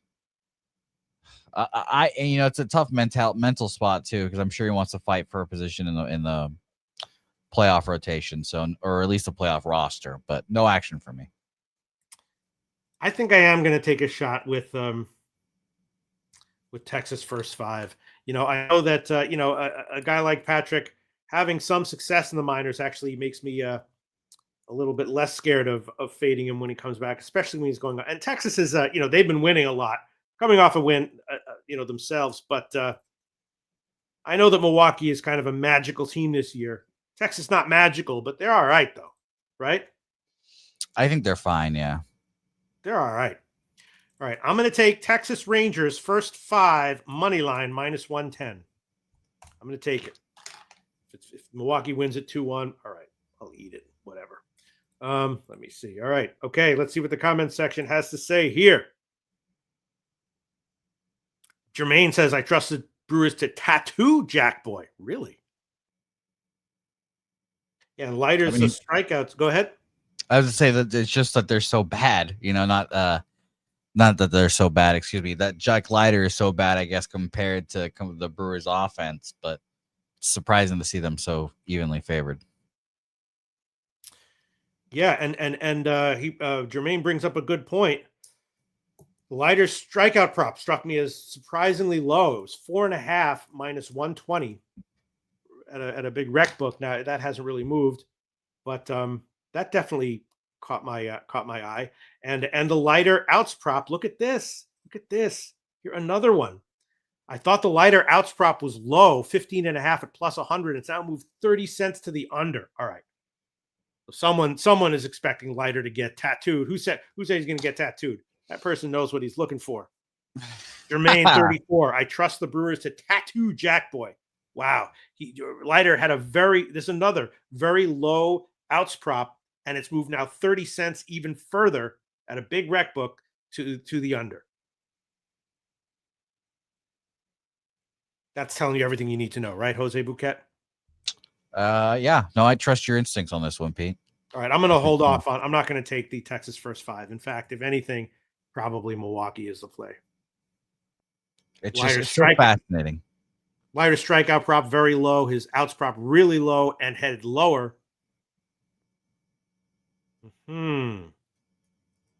Jonathan Yim asking about a no-run first inning in the Blue Jays game. Can't even remember who are those pitch. Oh, Bieber and who? Yeah, yes, I would consider that. Sure, I would consider that. Why not? Definitely. All right. Okay. Man, I don't have the balls to take Milwaukee full gamer first, but that's obviously what the market's telling us, right? Yeah, if I'm betting Milwaukee, it's full game. Just hoping that the Rangers bullpen can fall apart. Rangers bullpen ranks from the 17th to today. They are 15th, pretty average. Milwaukee is 7th best. So, and also, Exhibit G or whatever for books telling you what's going to happen. Chad Patrick struggling in the majors, right? Then he goes down to the minors, has some success, but still gives up some runs. And now he comes up for this start. Earned runs prop 1.5. Wow. Minus 160 to the over, but still. Guy with Chad Patrick's recent form, an outs prop of 1.5 over minus 160, under plus 125. Is that telling you all you need to know, Jose Bouquett? Feels like it, yeah. I mean, I'm shocked by those numbers, honestly. Maybe it's a short start for Chad Patrick, but yeah, it feels like, I guess, Brewers to the side. But it's just such a shocking line. And again, it just feels like every time the market's like, oh, here are the Brewers, you should bet them. They come through somehow. Crazy stuff. All right, let's move on. Next one, another tough one. Minnesota and the Angels, the Hendricks start. 2 straight road starts where Hendricks got it done. Now back home. At times this year, he was excellent at home. His last 3 home starts, though, were not good. And Minnesota, of course, had a big win yesterday, won 12-3. Matthews starting for Minnesota. He had been vulnerable. Last start was better. Similar profile to Casey Mize in that regard. Matthews, another strikeout prop that is very high, 6.5 for Matthews. So the market at least started out indicating that he's going to come in and have some success, get some strikeouts. And his hits prop very low, 4.5. Over is just minus 125. So the market, as far as Matthews outs props are concerned, telling us that he's likely to have another decent start here against the Angels with a relatively high strikeout prop number and a relatively low hits prop number. What do you think, Jose Bouquett? What an interesting game this one is, too. Like, I mean, this is just prime ship baseball that no one cares about. These two teams playing it out. Like when you get on first base, if you're on the Twins, you're like talking to Joey Dickhead on first base. But hey, man, where are you going when the season ends? You guys going to Cabo? Oh, I'm going to the Swiss Alps. I guess that's true. There's not going to be a lot of people in the crowd here. The Angels games do well according to Wine Time.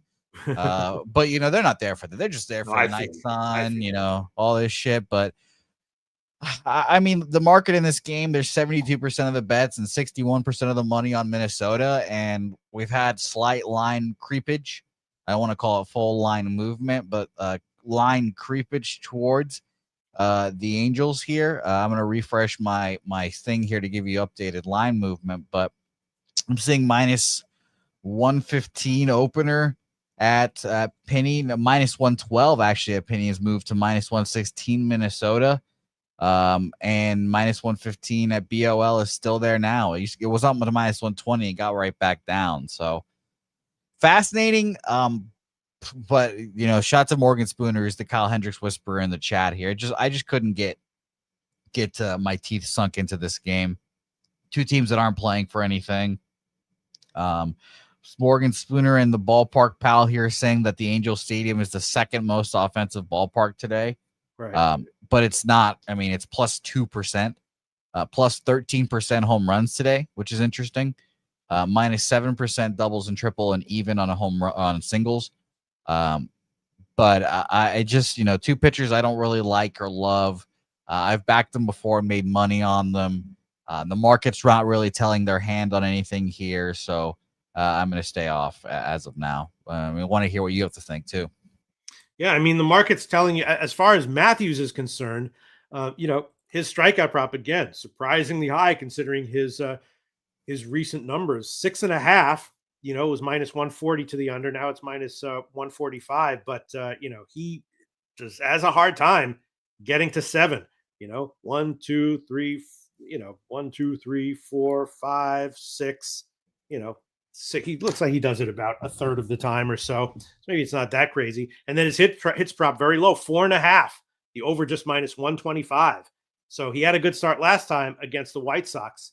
But before that, all of his starts in August, he gave up at least 5 hits. And the last one in July as well. 2 of the, one was a Coors, so we can throw that out. But, clearly Matthews has, good upside. When he's on his game, he's good. But on average, his numbers are significantly worse than where the props are being set for this game. Significantly. Yeah, our guy Spoon's mentioning that this feels like it would be a Jimmy first 3 under spot, and You know, these are Mhm. two shitbag pitchers that I'm sure he loves. So, yeah, I can see that. Shit. Come on, shit. You're right. You're right. That was a little harsh. Come on. Yeah. No, that's even shit back. I mean, that was a nice start against the White Sox, who are a live team right now offensively. So he's coming off of a really good start. It's just that in August, and he wasn't terrible in August. He was just, giving up runs here and there, not getting, big strikeout numbers most of the time. So yeah, he had 1, 2, 3, 4, 5 starts in August. One of them went over 6.5, the other 4 under. All of them over 4.5 hits. So the market's telling you he's going to be all right here, I think, at least for now. Yeah. Yeah. So shout out to Jimmy wherever you are in those first 3 unders. Yes. Wherever Jimmy is sitting on a private island. We know what he's doing right now, Pete. He's vigorously researching NFL right now for Bankroll Blitz tonight. For those of you guys who aren't aware, Bankroll Blitz tonight with Troy Torrance and Jimmy. I don't know how they did week 1, but he had 22 week 1 bets. So it should be very interesting to see how my pal Jimmy did. What did you have on NFL week 1? I did not have a good NFL week 1. I in the contest I went 1-4. So what? My research is going to be flipping coins, and I'm going to do better than week 1. That's for damn sure. No, yeah, I didn't, but which is weird because I did horribly on totals. I did all right on sides. I think I was 500 on sides, but for whatever reason, I didn't use the Chargers. That was one of my bets, and the ones that I used were I used Miami. Did you bet the over or did you bet the under in the Jets game like I did? Yes. Yeah, unbelievable that every fucking game the week goes under except for 2, and of course, one of the ones that goes over is the lowest total on the card that I bet. I was like, unbelievable. Oh shit! Hold on a second. Yeah, sorry, my tab crashed here. Yeah, no, I had an awful week 1 in terms of total. Sides were about 50-50. But then the ones I use in the contest were 1-4. So we'll see. Shout out to Jimmy the Bag. All right. I'm going to pass on this one again, even though the market is clearly saying that Matthews is likely to be okay. Next game on the card, Cincinnati, San Diego. Littell against King, returning from the injured list. And how, will King do here? He was injured before, came back too fast, he said. Didn't really have any rehab starts. He had a simulated game against minor leaguers, which supposedly went okay. His earned run prop is very low, though. I know he's going to have a short start, but his earned runs prop, the first one I saw, was 1.5, heavily juiced to the under. So a short but good start expected from King against San Diego. And San Diego, of course, a big favorite here. Littell was better earlier in the year, can be good. Kind of shitty recently, but he might benefit here from Petco. I did have Cincinnati first 5 last night, and I think I like Cincinnati again here. Not necessarily early, but overall, just because the line is so huge. Although the Cincinnati first 5 lines are juicy as well, and maybe a lean to Littell over 16.5 outs as well. Because if he does get hit, they might just leave him in there. Not too bad. Leave him in there anyway to get 5 2/3 or 6 innings. But the return of King, expecting a short, good start from him in the market. San Diego, big favorite. Got anything on this one, Jose? What an interesting line movement by Penny. -184 opener. It got all the way up to -195 at one point. I don't know. Did you have another pitcher listed? Because it went from -182 and then 5 minutes later jumped to -185. I guess that's when my guess would be Michael King was officially announced and people started betting it. And then people start realizing like he's not going to go more than 3 innings. Right. Like I'd be surprised if he did that. Cause this is obviously please Michael King get ramped up and get ready for the postseason here. Right. This is their last, he's a free agent after this year. The Padres are not going to re-sign him. I'll tell you that because they're poor now. But I mean, the Reds just, they feel like the spot here as well, Pete. I agree with you, and I think I might join you in some form or fashion. I mentioned the people's bullpens that were going to be a little tired, the Padres being one of them. They threw a shitload of guys yesterday, but they just threw them low amount of pitches, so they'll all be ready to go again today. But I'm willing to go against these guys on these back-to-backs. Robert Suarez, 15, Mason Miller, 12, Morahone, back-to-back 22 and 4. I don't know if he goes. I don't think he goes. Jeremiah Estrada, another really good arm, 12 pitches. So he'll be available, but I'm willing to go up against these guys. Yuki Matsui, Ronnie Mauricio, Kyle Hart are the guys that haven't thrown. I didn't throw yesterday. David Morgan didn't throw yesterday. And I'm willing to go up against because I'm sure if we get 3 innings of Michael King, we might get 2 innings of Yuki Matsui. And I'm willing to go up against that. So Yeah. Debating first 5 team total, what I will do here, but I like the Reds here as well. King's outs prop is 14.5, very slightly juiced to the over, so they are expecting him to go a little more than 3. But yeah, I agree with you. I'm going to take Cincinnati. Not going to take him first 5 or anything like that because King probably will be pretty good. We're going to need Littell to recover some of the form that he showed earlier in the year. But yeah, I will take Cincinnati. Let's see, shopping around.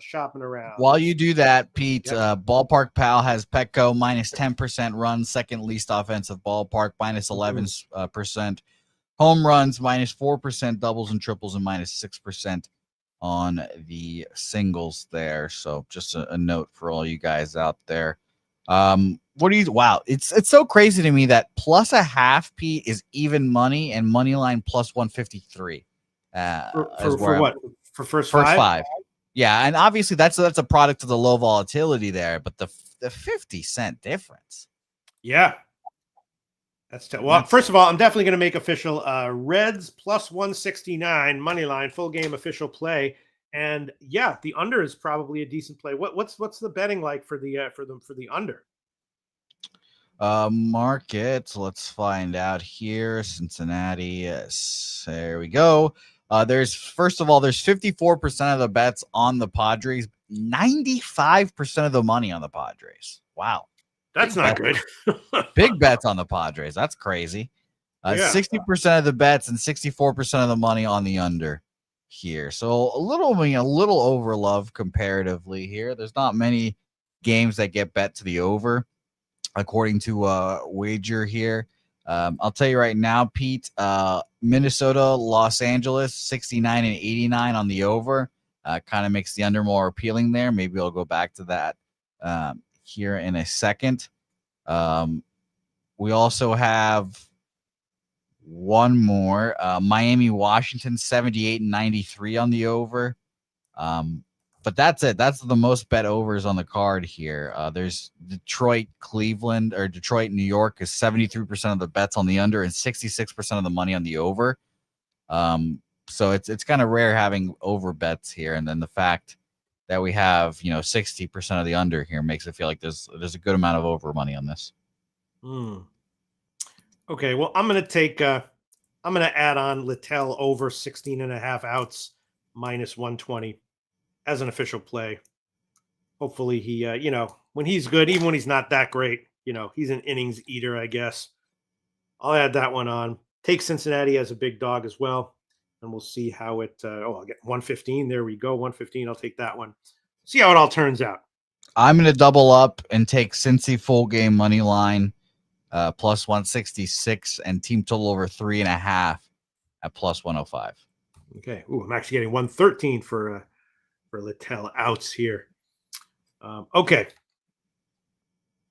All right, we'll see how that goes. Let's look at the comment section, and then Jason Meyer, I had San Diego to win yesterday. Yeah, I had Cincinnati, but only first 5. Definitely did not want him full game. So thankfully that here we have some picks from JM. Yeah, we'll talk about the A's game in a second. Let's see. Justin McKelvey, stacks play of the day. Machado, over 1.5 total bases at plus 100. Shout out to you, Stacks. Yeah. All right. Let's move on. Next game on the card, St. Louis and Seattle. Seattle won yesterday. Liberatore had been giving up runs, but then had a nice shutout start in his last one. Kirby got crushed at Tampa Bay in his last start. Now he's back home. I'm expecting him to come and have another, excellent 6 or 7 inning, 1 or 2 run start. So I was ready to pull the trigger on Seattle in some way, but then the line was so huge that I didn't do it. Over minus 200, including for the first 5, I think. And Kirby's outs prop 17.5, the over minus 180. There's an outs prop that is not, lower than I expected. And his earned runs prop, 1.5, the over -150. So the market expecting Kirby to go deep, very likely to go at least 6 innings and outs. But despite that, his earned runs prop just 1.5, only somewhat juiced to the over, -150 plus 120. So the market agreeing with what I was expecting. And that's not great because that means that hard for me to bet it. What do you think? Seattle, a massive favorite here. I do think that Kirby is going to have a nice little bounce back start here.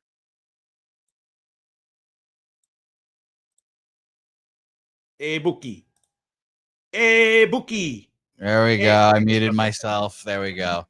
Yeah, I agree with you on the George Kirby situation there. I think he pitches well. The fact that they're such big favorites is so weird to me. Here, I'd like Librador. I think he's not a bad pitcher. And earlier in the year, he was getting lined at just what crazy numbers here. And now this one just feels like too much. But I'm not in the I'm not in the business of getting in front of the Mariners here. And shout out to Kyle Raleigh, who's going to break a record held by Mickey fucking Mantle here soon. But no action for me on this game to keep it short and sweet, Pete. Okay, and Jermaine posting a stat. Padres against right-handed pitching, last 6, over 16. I like the under. Oh, he likes the under on the game, not the outs prop. Okay, yes, I would agree with that. I like the under on that game as well. Jermaine 34. Yeah, I guess I'm going to have to pass on this one unless I want to take the old classic shot with Kirby over 17 and a half outs, laying 180 or whatever they're giving. But I don't think I can. I don't think I can do that. All right, I might have a play on this one or a bet, but as of right now, I'm going to pass. Next game on the card, another interesting one: Arizona, San Francisco. Wow, San Francisco, those bats, they're even better than the White Sox right now, if you can believe that. I know people are like, better than the White Sox? Bullshit. Yes, better than the White Sox. Unbelievable. Killing it. Won 11-5 yesterday. Again, another huge offensive game from San Francisco. Now, though, they're going up against Gallen, who, obviously in his career, great, struggling a lot this year. He's got a new pitch, a new sinker that has paid dividends, and that is the reason that his last 3 starts have been great. 1 run total over his last 3 starts, all 6 innings. He's rolling. Is there any reason to think he won't be great here again? I don't know, but I think that, it's Gallen as a dog. And now on the other side, you have Robbie Ray, who, of course, can be great, has been getting hit, though. Last start was his Coors, but his last 2 home starts, he got touched as well. So as great as San Francisco has been doing recently for a while now, and as much of a, buy high spot as this might be on Gallen, although he's a dog, I think I like Arizona here, at least first 5, first 3. What do you think?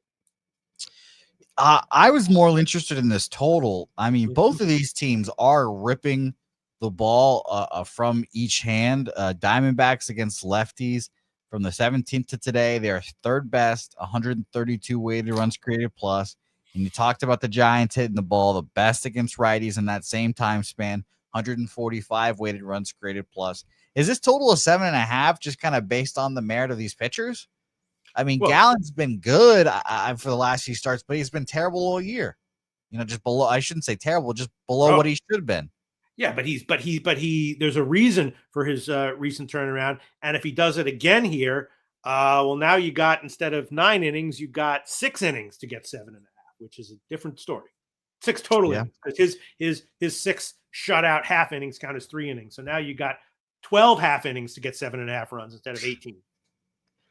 I like you're doing some elaborate math there. Yeah.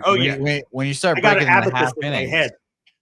People are like, how are you doing this without an abacus? I'm like, the abacus is in my head. I was in remedial math, so there's 0 abacus to be found up there for me here. But Robbie Ray is not a guy I trust. Zach Gallen, I'm willing to fade him off of 2 starts. I'm leaning over here, Pete. I'd love to hear someone. Wager Talk does not have the splits for the total in this game.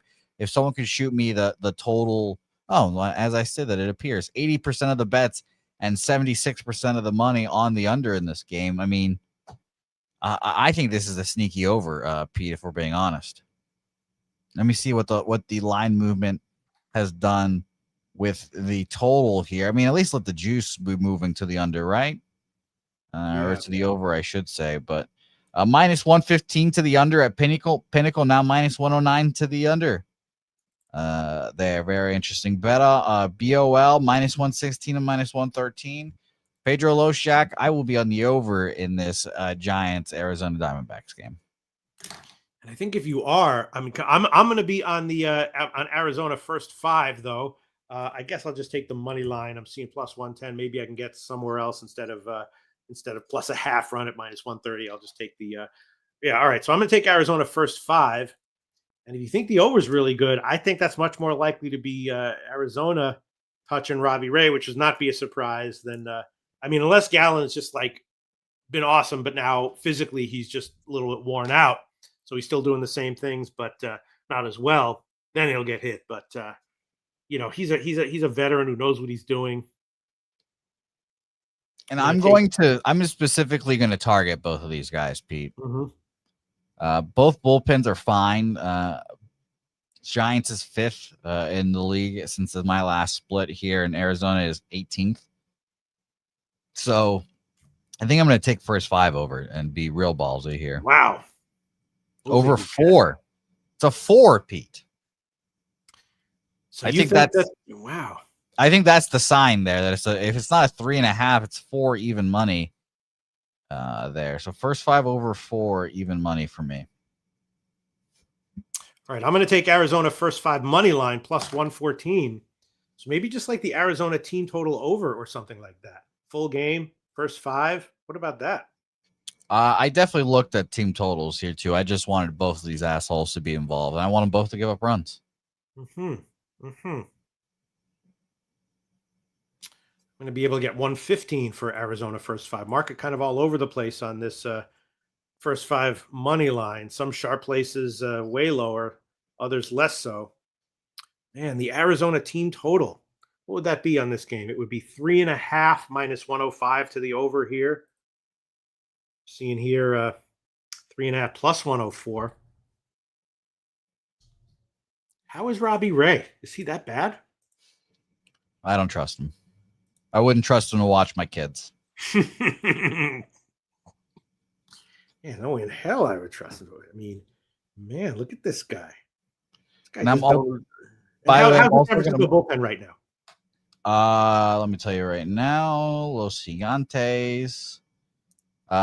Tristan Beck and Joey Lucchese, your old friend Pete, threw yesterday. Otherwise, they should be all set.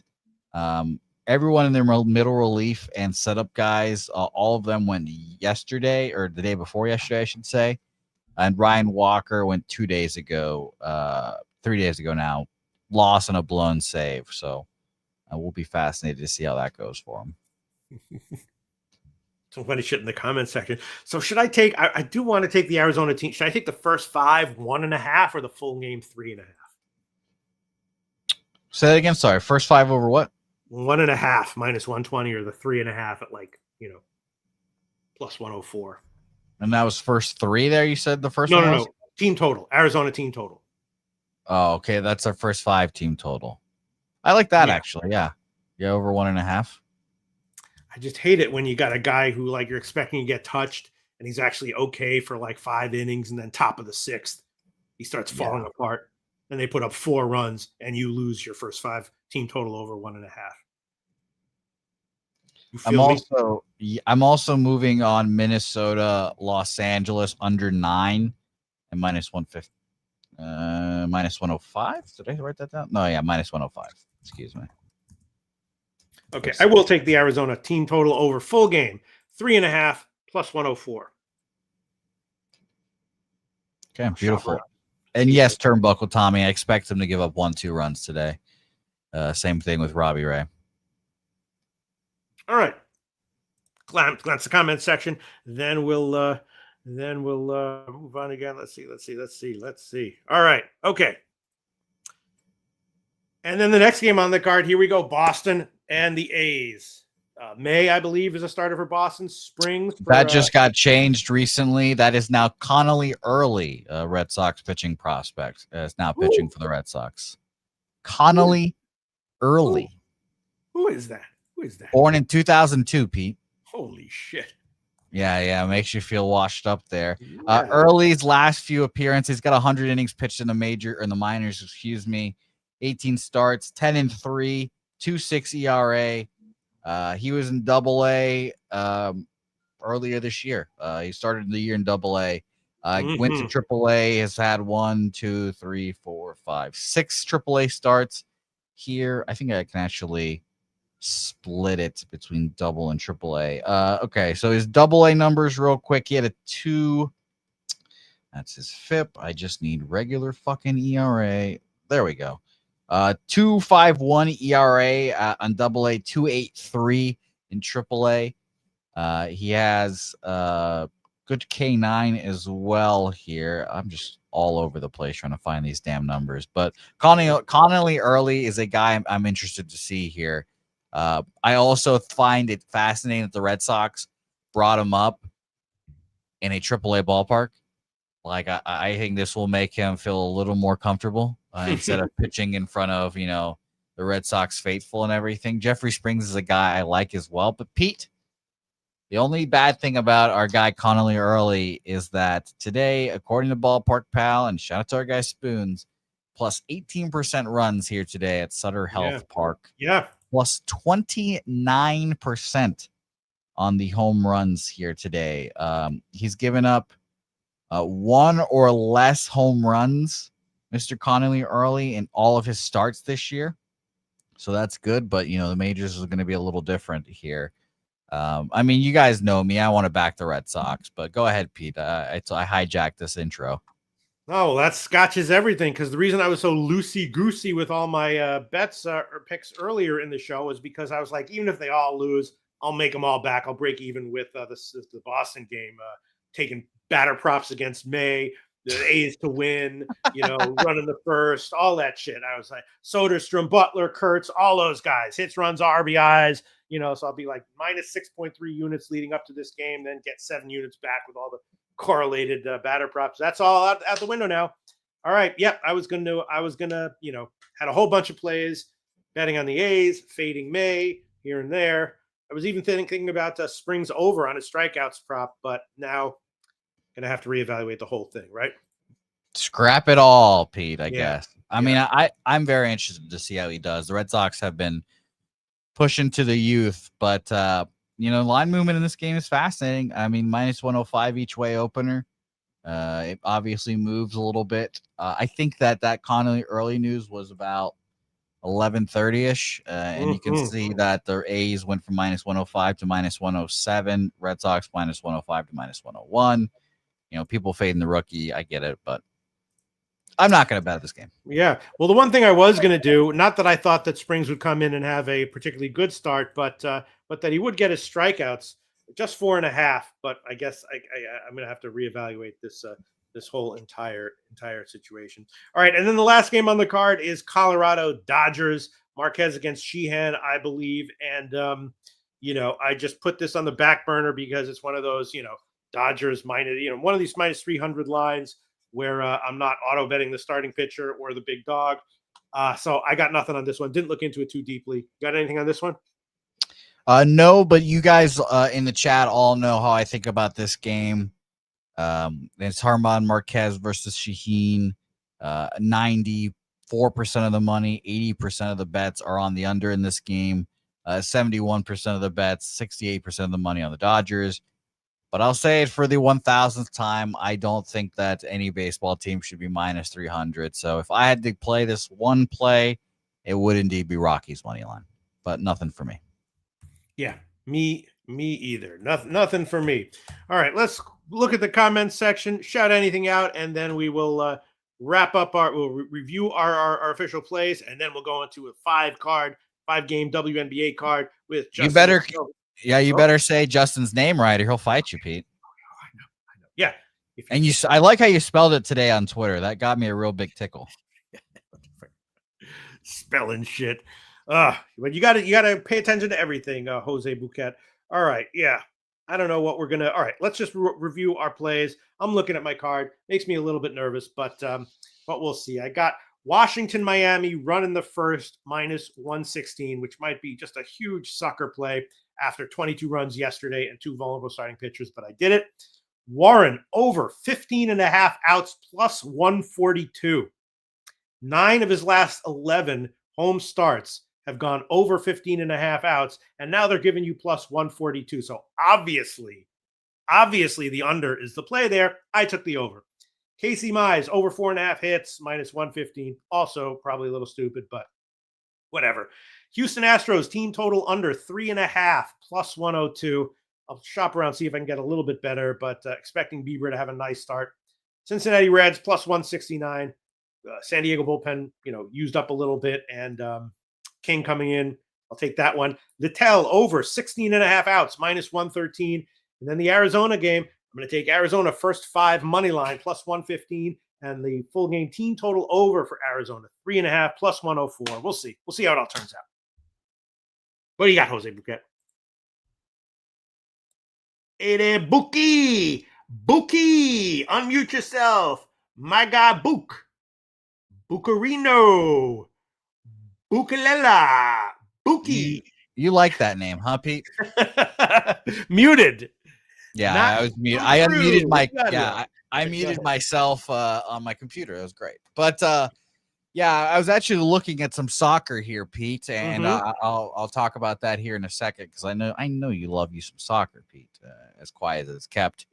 But my game, and yes, Spoons, we talked about the Royals game, right, Pete? We didn't skip a game, right?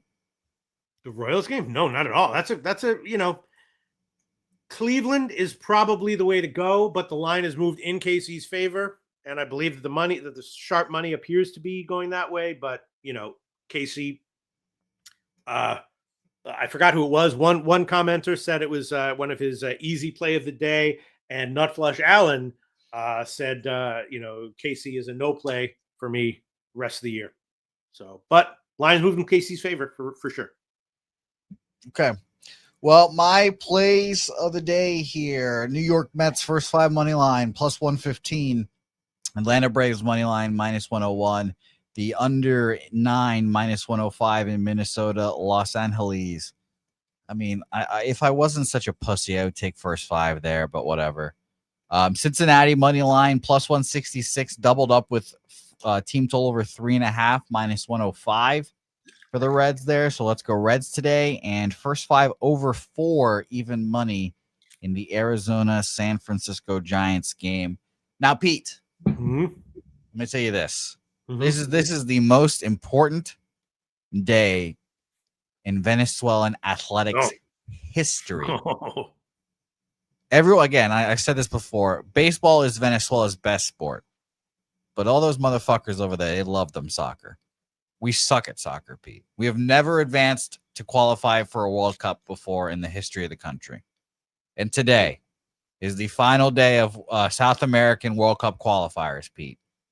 Brazil plays Bolivia, and Venezuela plays Colombia. Brazil just has to beat Bolivia, and Venezuela will make the World Cup. Oh. Venezuela is 1 point up on them. So I am betting for your God's ears, Brazil to win that game +130 against Bolivia. It is worrisome. I am petrified, Pete, that line is +130 for Brazil. Yeah. That's telling you bet the draw.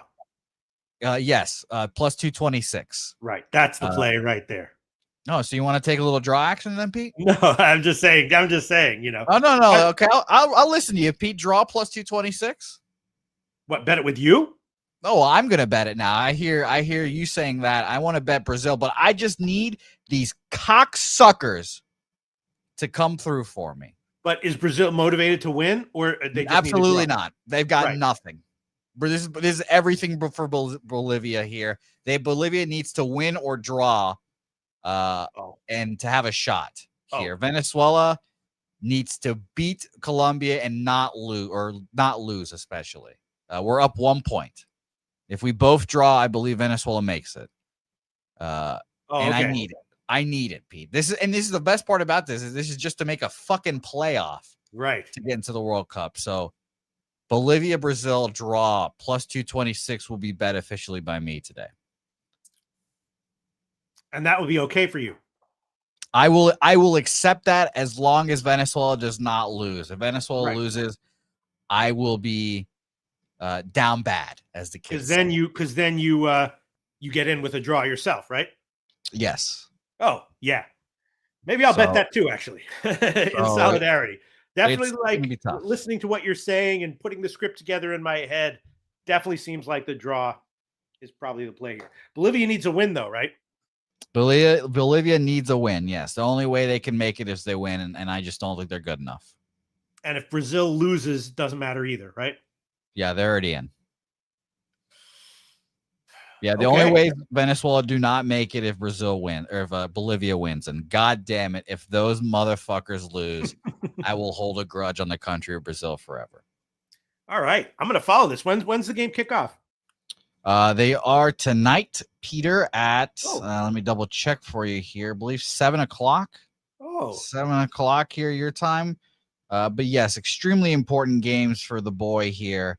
Would like to see my country make a World Cup for the first time ever. 6:30 is when Venezuela starts. It's my time, so it's 7:30 your time there, Pete. Bolivia starts at the same time as well. Why would Venezuela be so good at baseball but not good at? It's got to be the shoes. What else could it be? Why would that be? Yeah, it's got to be the shoes, Pete. It's always the shoes, right? That's what Spike Lee says. Doesn't make any sense. That's what Spike Lee says. But yeah, that was my Venezuelan minute. Good luck to all you guys betting all these baseball games. Let's talk about some WNBA, and let's bring on the one, the only, Justin McKelvey.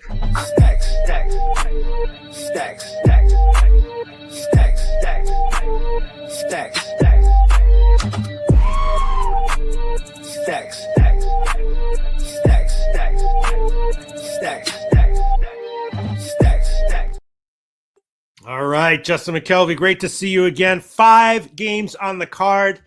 Man, this is going to be good, Justin McKelvey. In general, you seeing stuff you're liking on today's card? Yeah, I got a play in every game. Oh man, not a side in the total in every game, but I got a play in every game. Some of them are props because due to the there's a lot of variance going on right now. So I got a lot of props. I got to play in every game though. Couple sides. Yeah, some weird stuff. We'll talk about it. And, you know, a lot of there's lines that like don't make sense and then move the wrong way. And then it turns out that we were actually right, but it's close. We'll talk about that. Like Golden State's last game, the under in the last show we did on Tuesday was like that. All right, let's get into it. Justin McKelvey, first game on the card, Washington and New York, right? The Liberty, a huge favorite here. This is Washington's last game. And the Liberty, it's their home finale. They're locked into their playoff seeds. So you know, technically, the game means absolutely nothing for the Liberty, but as we know, that doesn't always mean that they're going to mail it in. They're locked into their playoff seed, and the season's over for Washington. This is their last game. Washington, you know, got blown out in their last game, and the Liberty, you know, a little bit banged up. They're headed to the playoffs, so for sure they, you know, they have in their minds they don't want to get any more banged up. And the question is just, is Washington going to come in here motivated, or do they not care at all? Because this is a huge amount of points to be giving to a team when you got nothing to play for. 2 weeks ago they played. Liberty won that one by like 25. It went under. And my thought here was lean Washington. What do you think? I'm sorry to hear that. And I'm also sorry. And I'm also sorry that I could have got like 11.5 or 12.5 yesterday when I did a 2-3 zone, but we do it a little bit early, and I got to cap it and give my best pick at the time. But then when I woke up and did some more digging, I realized it's fan appreciation night, and this is their last game. Yeah, for the Liberty, and this is their last home game of the season. They got one more game against the Sky, but it's on the road. So I feel like this is their one last feel-good story. Go ahead and blow out the Mystics. Right. I think first half, full game is going to be good. But what I'll make official, and I got the ass on the line, but I think this is going to be like one of them 20, 25-point games. I'm on the Liberty, and I got that minus 14.5, minus 109. And I just feel like they're going to rest all the starters. Sabrina coming back. So I think that they're going to rest the starters against Sky the day before the play, or the last game before the playoffs. So go ahead and get a little 25, 20, 30-point win here. I think this is going to go away. I'm mad that I could have got a way better number, but when I look at it, it just keeps going up and up and up, man. It's going up for a reason. Go ahead and put on the show for the fans, last home game. That's the difference. Justin McElvey did digging and then more digging. I did zero digging. I did no digging. I looked at this, I was like, man, that's a lot of points. And because the Liberty are kind of banged up, so but you think they're going to play their starters here at least first half for the fans, right? I think fan appreciation. You're gonna go ahead and you can't go ahead and lower egg. What's the best thing to do? Like y'all go ahead and blow this team out. The Mystics love getting blown out. Right. Seems like that's what they into. So, and it's the last home game of the year. Fan appreciation. Go ahead and rest your starters against the Sky. Your last game of the season before the playoffs start. I think the Liberty win is going away. And a special bet minus 14.5 minus 109. Yep, it's right up to 14 now, a little bit juiced towards 14.5. That makes a lot of sense, Justin McKelvey. I think I'm going to tail that. I'm not going to add it on to my official plays, but I think I am going to tail that because, Washington will come in here and be like, all right, let them have it. They're at home. Someone will give us. I don't even think if Washington doesn't want to let them have it, I don't think they have that choice. Right. Okay. I think Liberty's just going to go ahead and just put hands and feet on them, like start to finish. Man. And then you think the starters are going to play second half, or you think they're going to like? I think by the time the starters go, they take them out. I don't think it's going to matter. Right. Ain't no back. I don't see no possible way the back door's open. That's a hell of a breakdown there, Justin McKelvey. You can get -8, -126, or 8.5, -109, -9 plus 101. That might be the play. That might be like a 20-point halftime score. Yeah, I might add that to the first time. I do like I like trifecta spot for the Liberty. And it's funny because when I did the video, my exact words was, we don't want the Liberty playing double digits. But that was at 4 p.m. Eastern yesterday. And then I started digging and digging and digging. I was like, damn, I missed that. Yeah. No, I hear you. For the video, I took the under, though. I didn't take a side on the video. So it's not like I jumped sides. I was on the under in the video, but now I'm going to make it official. That's why I was just mad that I missed the spread. I missed the spread by like 3 points. Yeah. And that's a pretty significant move there. Yeah. I mean, the first game, the last game they played 2 weeks ago in New York was modest scoring. Washington couldn't score anything. I was thinking, how would team total maybe? I think you're right. Probably just don't even overthink it. Liberty first half, and that's it. Great breakdown, Justin McKelvey. Let's see what people in the comment section are saying. Calling me the Dondada says, can you talk about tomorrow's WNBA too? No, but Justin McKelvey can. Where are you going to talk about tomorrow's WNBA, Justin? Honestly, when I'd be having to do, I know Jim might be listening, so I'll be respectful to my guy. But when you do shows and when Jimmy do shows, I cap WNBA different. There's only one game tomorrow. But when Jimmy does it, he ain't going to leave no time. Jimmy will do a 4 or 5 hour show. I know when you're doing this show, it's going to be like 2 hours, 2.5 hours. So I didn't even look at the game yet for tomorrow. Since there's only one, I'm going to cap it when we get off here for the 2-3 zone, probably like 4 or 5 o'clock, a couple hours. So I haven't even looked at it. So no, that's what I was asking. So where can we tell Call Me the Dondada to find your analysis of it? So I'm going 2-3 zone. We recorded at like 4 or 5 Eastern, and then it usually gets uploaded by like 8 p.m., 9 p.m., somewhere around there. There you go. All right. Again, I think I'm gonna tail this one with a bet. Not gonna add to my official plays though. Next game on the card. Oh man, Minnesota and Indiana. Here we go. All right. Minnesota, of course, they have the 1 seed, right? So again, they're locked into their playoff spot. Indiana has clinched their playoff spot, but they're going to be a 6 or a 7, but they are in the playoffs. Road game, Minnesota has 1 home game left. They lost their last 2 on the road ATS, but now they're off of a straight up win. So I'm not sure, what Minnesota is going to do here in terms of their motivation, in terms of who's going to play and how many minutes. But I was thinking lean Indiana, even though they're only getting a short number, and maybe lean over just because is Minnesota really going to clamp down on D and exert that energy for a game that doesn't mean anything on the road? I doubt it. So I was thinking about Indiana team total over, Justin McKelvey. What do you think? Well, I like everything you just said, and but the number I got, so I can't give it out now. So I had to come up with something else, which I was going to give out anyway on the 2-3 zone. I got the Fever plus 6.5 yesterday when we did the 2-3 zone, Holy crap! and Wow. that was like around 4 p.m. That was before the fee news, and then after we did the 2-3 zone, and I bet it. Actually, Ramon texted us. I was like, fees out, and I was like, oh, love it. But now I'm looking at it like I was going to think about doing the middle and take the Lynx money line and have the 1 through 6.5, but I don't want to mess up my Fever. What I feel like is a good spot. But I got Kelsey Mitchell over 19.5 points minus 127. She played for the Fever. Neither one of these teams is really playing for anything, but this is the Fever last home game. Right. So I know you want to go out and go ahead in front of the crowd, put on the points. She only had 10 points the last game, so I expect a big game from her. It's someone who I back a lot, and I wasn't on her last game, so this makes me be on her this time.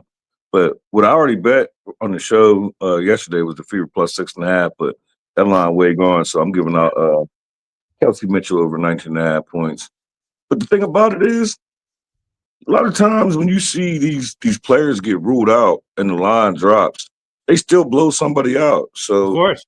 I'm not like I don't know. I'm not so confident in it that Fever plus 6.5 because I've noticed this in every sport. Well, basketball, mainly NBA and WNBA, and like the player gets ruled out and the line plummets, and everyone takes the other team, and that team still blows them out.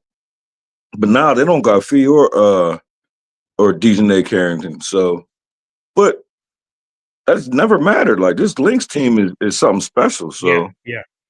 I wouldn't be on the money line. That's why I didn't take the middle. But I like Kelsey Mitchell. I like Kelsey Mitchell a lot. That's why I paid the juice minus 127 for over 19.5 points. And the total, I thought the total of 162 was maybe a little low. Now it's up to 164 and kind of climbing. So I'll make that an official play. The Indiana team total over 81 minus 116. Shop around, see if I can get a little bit better. But yeah, Indiana team total over 81 minus 116. Yeah, when you have a legit elite, high quality, high character team like Minnesota, it's always dangerous even to fade them in a game where you're not playing for anything. I can't remember which one of them is, but one of the guys, either Ron or Ramon, I can't remember which one it was. One of them loved the over in his game. Yeah. I think so too, because, defense takes effort and risks injury, and so they'll probably just, And I like it too. I just haven't gotten there yet. Yeah. Maybe I'll add on the first half over too as well. I don't know. And the only reason why I haven't gotten there, I just love my Fever number. So when you feel like you got something that you're really strong in, I don't want to take a chance and get that money back. But I got one bet. I like two bets. I like Kelsey and I like the Fever. So I don't want, add too much. Happens to me all the time. Adding on like capping the game correctly, winning it, and then losing units with adding something. I'm trying to work on discipline with that. And you have a strong bet, just let that ride. Like exactly.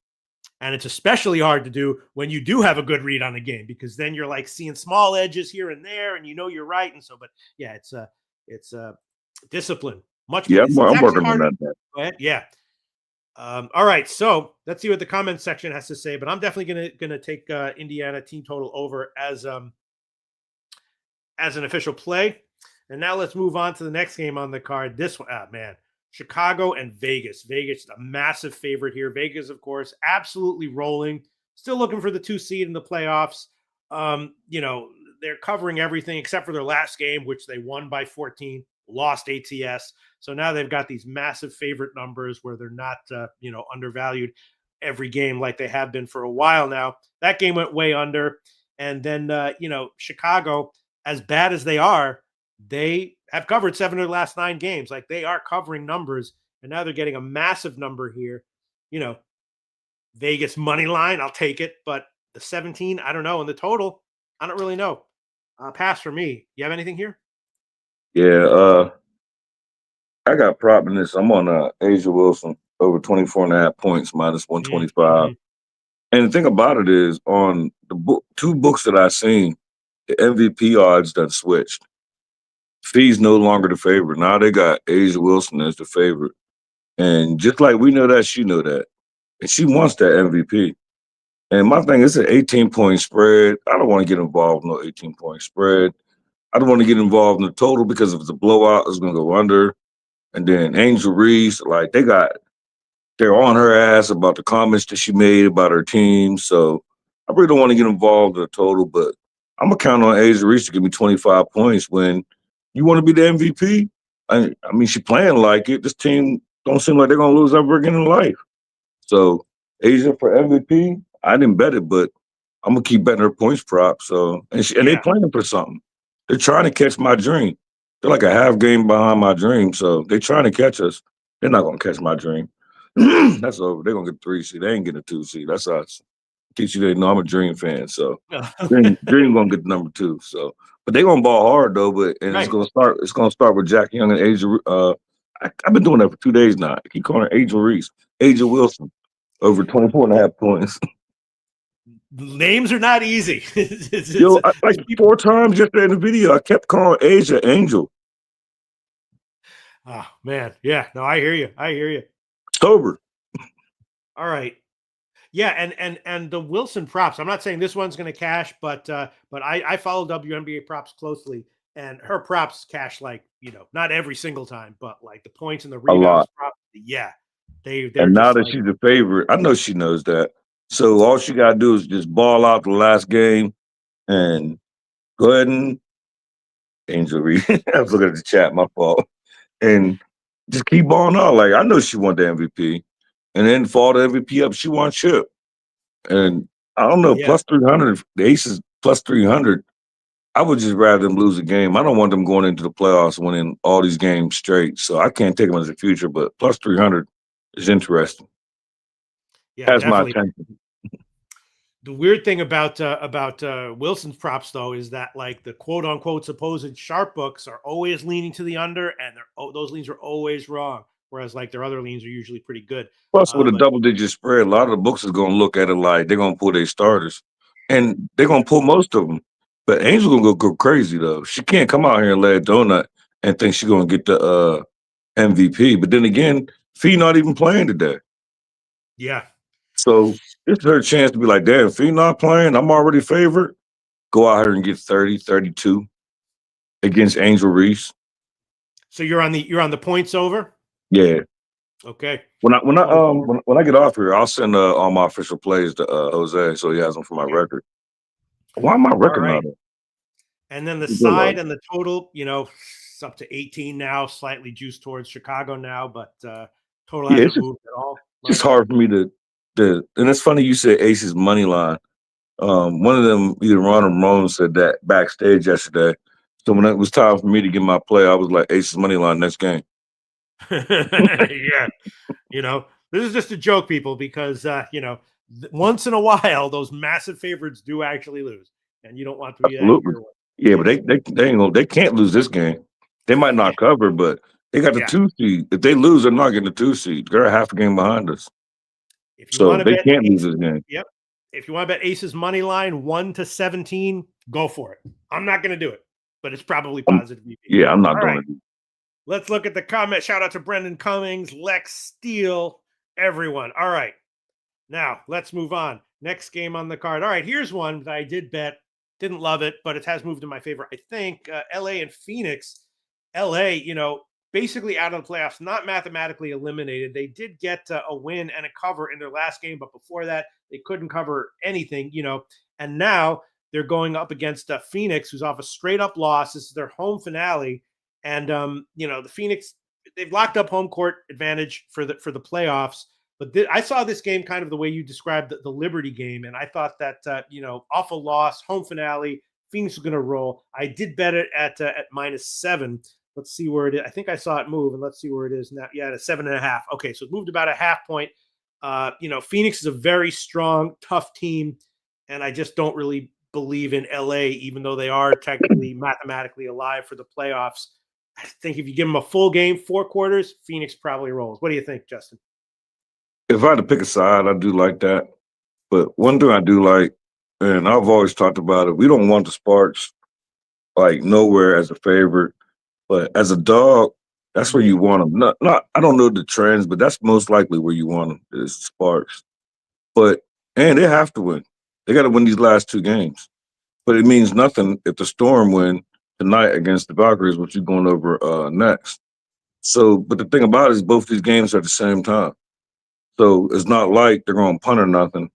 I don't know about a spread because the Phoenix just got upset by Connecticut the previous game. So I know they're going to be a mad bunch of females. So, and then would love to end the Sparks season. But the Sparks going to go hard. I'm going to trust Hamby. I'm going to trust Rakia. And I'm going to be on the Sparks team total over 82.5. Just give me 83 points. However this game play out, your season on the line. You got to go out here and score. Like, you think Mercury ain't going to score? They going to score. They mad. They probably going to score 90-something. Probably like 93, 95. But I'm on the Sparks team total over 82.5. Sparks team total over. Yeah, so it's very high total. Yeah, just keep scoring. Yeah. I don't care about the spread. I did some digging here. It's actually, we don't give a shit about our fans night at Phoenix tonight. So maybe I'm kidding around. Is it might be. At No, Liberty it is, but Mercury might not care because he's looking at like, playoff start. Like, who cares about the fans? Like, they're gonna be here in the playoffs. But Liberty, they want to get a fan something to cheer about. Sabrina back. So it's a little different story for feel good story, but I just don't want to I don't want to take the Sparks spread when Phoenix just lost to arguably the worst team in the league. Either the Sky, the Wings, or the Sun. I mean, maybe and Phoenix they lost to the Sun. they don't really care about that loss. And that's the thing; they're going to the playoffs, so it's hard to think. It's hard. That's why I don't like these last few games. I really don't want to be caught on a side or a spread, but I'll ask the team to score me a bunch of points, especially a team that if they lose, they're done. Right. So maybe Phoenix would be like, we're going to try to win, but only offensively. I mean, I'm sure they want to win, but whether they win by 1 or 51, the Sparks have to beat them, or they pack it up. So in a must-win game, I'm gonna ask y'all to score 83 points.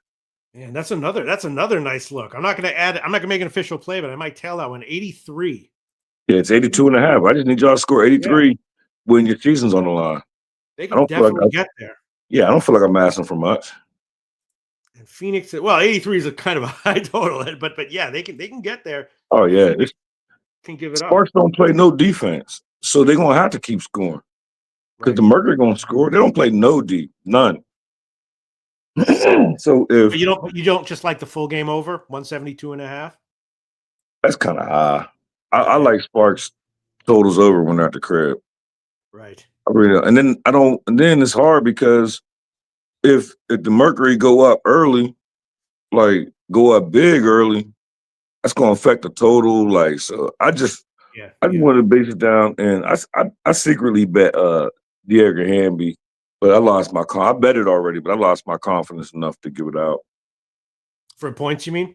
Yeah, I bet it over 17.5 points, but I bet it. I'm not buying out of it. Yeah. But it's just, I don't know if Rakia's playing or not. Rakia, Plum was on the injury report, so she plays. She gonna try to ball. Then if she don't play, and Hamby gonna be gold. So, but what I got, my most confidence plays is the Sparks. Give me 83 points. All right, great breakdown. I'm gonna think about what I'm gonna do here, and then the last game on the card is Golden State against Seattle. And Golden State just cover everything. And this is one of the games that I wanted to mention to you, because in their game against the last one against Minnesota, who again Minnesota locked into the playoffs, and Golden State just covering everything. They were getting 6.5, and I was like, man, how can that be? And I bet it, and then it moved to 7, and I was like, what's going on here? And they did cash, but it was close. They lost by 6, right? But Golden State, just a high character team. I think they do get a boost though at home from from their home court. Now they're going on the road against Seattle, and they also have their playoff spot clinched now. So I think they're and then their next game is at Minnesota, so maybe they care about that one more. I don't know, but they're on the road. They're in the playoffs, and they're playing Seattle, who does need a win to get a playoff spot. Right? They just lost 2 straight up at home when they needed a win there. So maybe Seattle is just way overvalued right now and not getting wins when they need them. But it's a weird situation here because Golden State, very high character team that I like to bet on in general almost blindly. But now, though, road game, playoff spots clinched, they're on the road, and Seattle really needs a win. Last game in July when they played was very low scoring. So I was thinking about the under, even though it's a very low total, 153.5. What's your take on this one, Justin McKelvey? Yeah, I ain't making it official, but I did bet. I bet 154.5 when I bet it. The under. And then under 154.5. But Stacks play today, number 2 is Nika Gumake for the Seattle Storm over where's that? Oh, over 70.5 points minus 115. That's Stacks play today, number 2.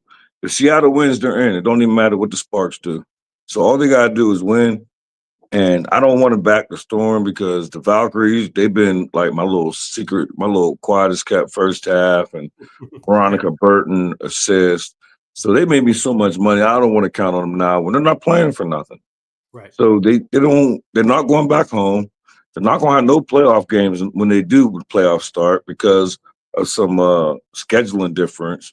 So, like, I don't know if Nakase, the coach for Golden State, is going to say, let's just chill and be healthy. Or do y'all care about messing up the Storm season? So it's hard to get an angle. But for a team who has to win the game to get in, I'm going to trust who I say is your best player, who I've been going through all year. Anybody who I've been on there, I've been giving all her. It took me all year to figure out how to say her last name because I've been hammering it. And it took like the past week, I got it. And it took from Ron and Ramon to get me there. But she's my favorite player. She's my Stacks player day, number 2. It's my best bet of the day. Like in any sport, Nika Gumake over 17.5 points, minus 115. Wow. So you like a player prop points over, but also liking the game under as well. Yeah, I love both of them. It's just the number that I bet where it's at now moved. Yeah. So since I can't give that out, but I was going to give them both out when I came on here. But once that moved, I love Nika. Like I just love her. I told everybody I'm gonna get me a Nika jersey next year. I feel like she paid for it. So, man. All right, it is down a bit. But I'm going to give it out anyway. I'm going to take under 152.5 minus 111. Under 152.5 minus 111. Of course, the last time they played went way under. You got to think Seattle's going to, try to play a slow game to get the win. Golden State's probably going to be like whatever, and it hopefully sneaks under. But yeah, low total heading down. Go ahead. It seemed like one of them, like 70 something to 60 something type games. Yeah, it just feels that way. Like, of course, absolutely. I would probably put the Storm in the people who take money line parlays. I would put the Storm money line in a money parlay, but I just want to trust Nika. Like y'all have to, y'all know don't y'all want to go to playoffs? So who's going to trust? I mean, if you wanted to go to playoffs so bad, why didn't you win the last game or the game before that? You were home favorite then. Put yourself in a bad situation, but now all y'all got to do is win at the crib. That's all you got to do. And if y'all going to win, I'm going to trust Nika. And even if y'all lose, I'm going to trust Nika to go down fighting. I hear you. All right.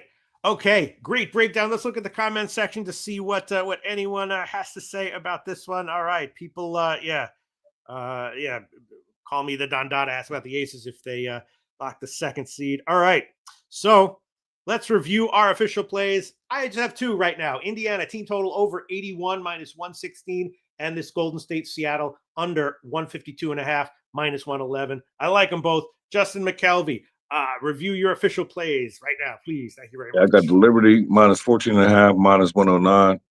I got Kelsey Mitchell over 19.5 points minus 127. I got the Sparks team total over 82.5 minus 112. I got Asia Wilson over 24.5 points minus 125.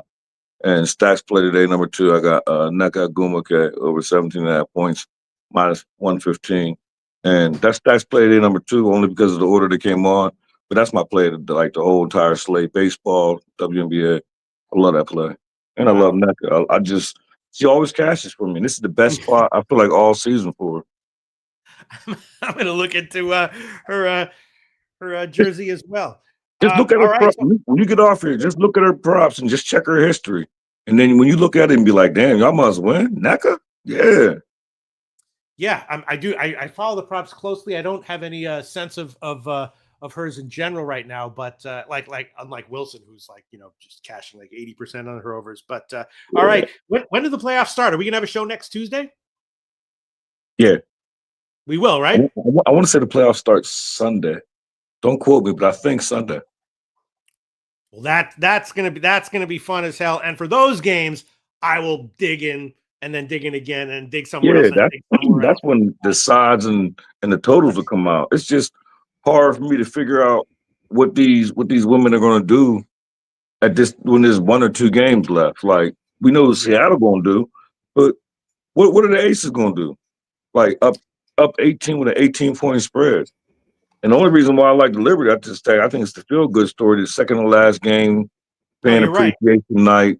Yeah. I think this is like trifecta spot. First quarter, first half, full game type shit. Yeah, it's hard to see them like pulling away in the second half. It's much easier to see them like pulling away in the first half and then the second half being like, well, but we'll see. Man, Jose Bouquett. Who can break down the WNBA that good that you know of? Jose Bouquett. Anyone? Very few people. Shout out to you, Justin. Very few. I'll put our team up against anyone's when it comes to WNBA. Everything. Agreed. Justin Agreed. McKelvey, great to do another show with you. We'll see you next Tuesday. Absolutely. Thanks for having me. Shout out to Justin McKelvey. All right, Jose Bouquett. And way to pronounce his name, by the way. Yeah, you try. I by the way, I got a good laugh when you were like, yeah, names are hard.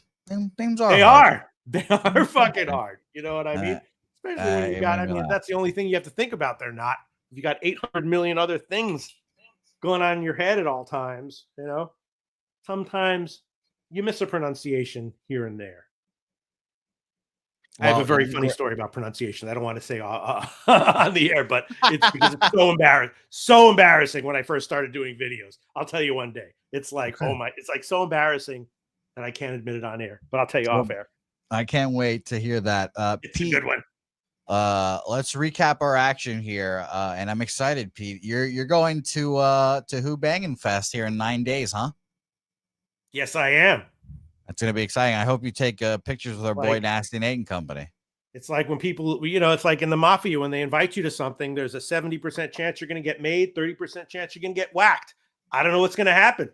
I think I'm going to get made. I might get whacked, but this is the life we chose, my friend. Yeah, I wish I could go. If I wasn't such a broke bitch and I got killed in MLB the last 3 weeks, I would be right there with you, guys. I wouldn't even buy a hotel. I just I could sleep on the beach in the sand, This is Atlantic City, baby. But yeah, let's recap our action here, Pete. I can't wait to hear what you got. All right, so let's see. Where are we? All right, so yeah, in college football, I took Houston -5.5, -116. A lot of points, but I took them. Florida, LSU under 49.5, -117. And thinking about joining Dabby Gab on what was that last one, Pete? What? Sorry to interrupt. What was that last LSU Florida play? Florida LSU under 49.5 -117. Beautiful. Okay. Thank you. Thinking of joining Dabby Cab in the how does this lose 2-team money line parlay, LSU and Houston. Then in MLB, it's a crazy tricky card. One thing I am going to do, I'm going to write down all the market is telling you about the pitchers today and see how much of what the market was telling us in this show was right. But Washington, Miami run the first, -116. Yes.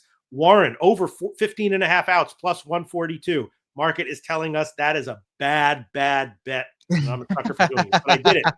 Casey Mize over 4.5 hits, -115. Houston Astros team total under 3.5, +102. Cincinnati Reds full game money line +169, and Littell over 16.5 outs, -113. And then the crazy, weird, wacky, wild Arizona-San Francisco game. San Francisco just tearing the ball up. I'm taking Arizona first 5, money line +115, and the Arizona team total over 3.5, +104. And then WNBA, Indiana team total over 81, -116, and the Golden State Seattle game under 152.5, -111. Overall, I think it's all right. All right. Well, beautiful. I am on Mets first 5 money line +115, Braves money line -101, the Twins Angels, under 9 -105, Reds double up money line +166, and team total over 3.5 +105. And I'm on the Arizona Cardinals. And I this is, by the way, Pete, the prime where I keep messing up saying Cardinals instead of Diamondbacks. When I say Giants, when I mean San Francisco, I mean New York. It's a classic thing here. But Diamondbacks, Giants, first 5 over 4 at even money for me here, Pete. So I can't wait. I know you just told me, but don't forget to send me your WNBA plays as well here, Pete.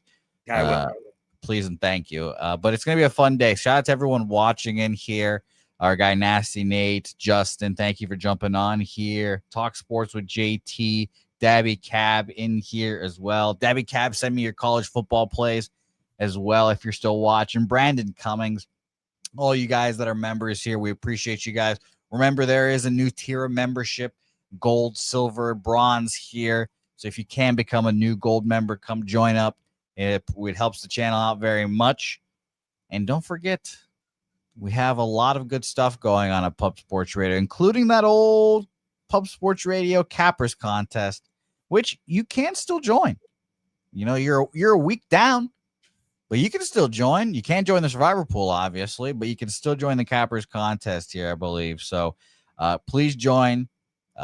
It's a lot of fun. You're only down 1 week, and no one really went out to a surging lead here, Pete. A lot of people went 4-1, but you're still in it if you join right now. Yeah, if you join right now, you're only 1 game behind me. You can make that up easily. You have 3 winners next week. You're going to be ahead of me. Well, there you go. There you go, Pete. I'm excited to get into all this. So shout out to them. Don't forget Bankroll Blitz tonight, and it's going to be a whole lot of fun. Pete, take us the fuck home. Oh man, what a fun show! The comment section, great people, great to hang out with. Justin McKelvey, Dabby Cab, Jose Bouquett, everyone. Another super fun show.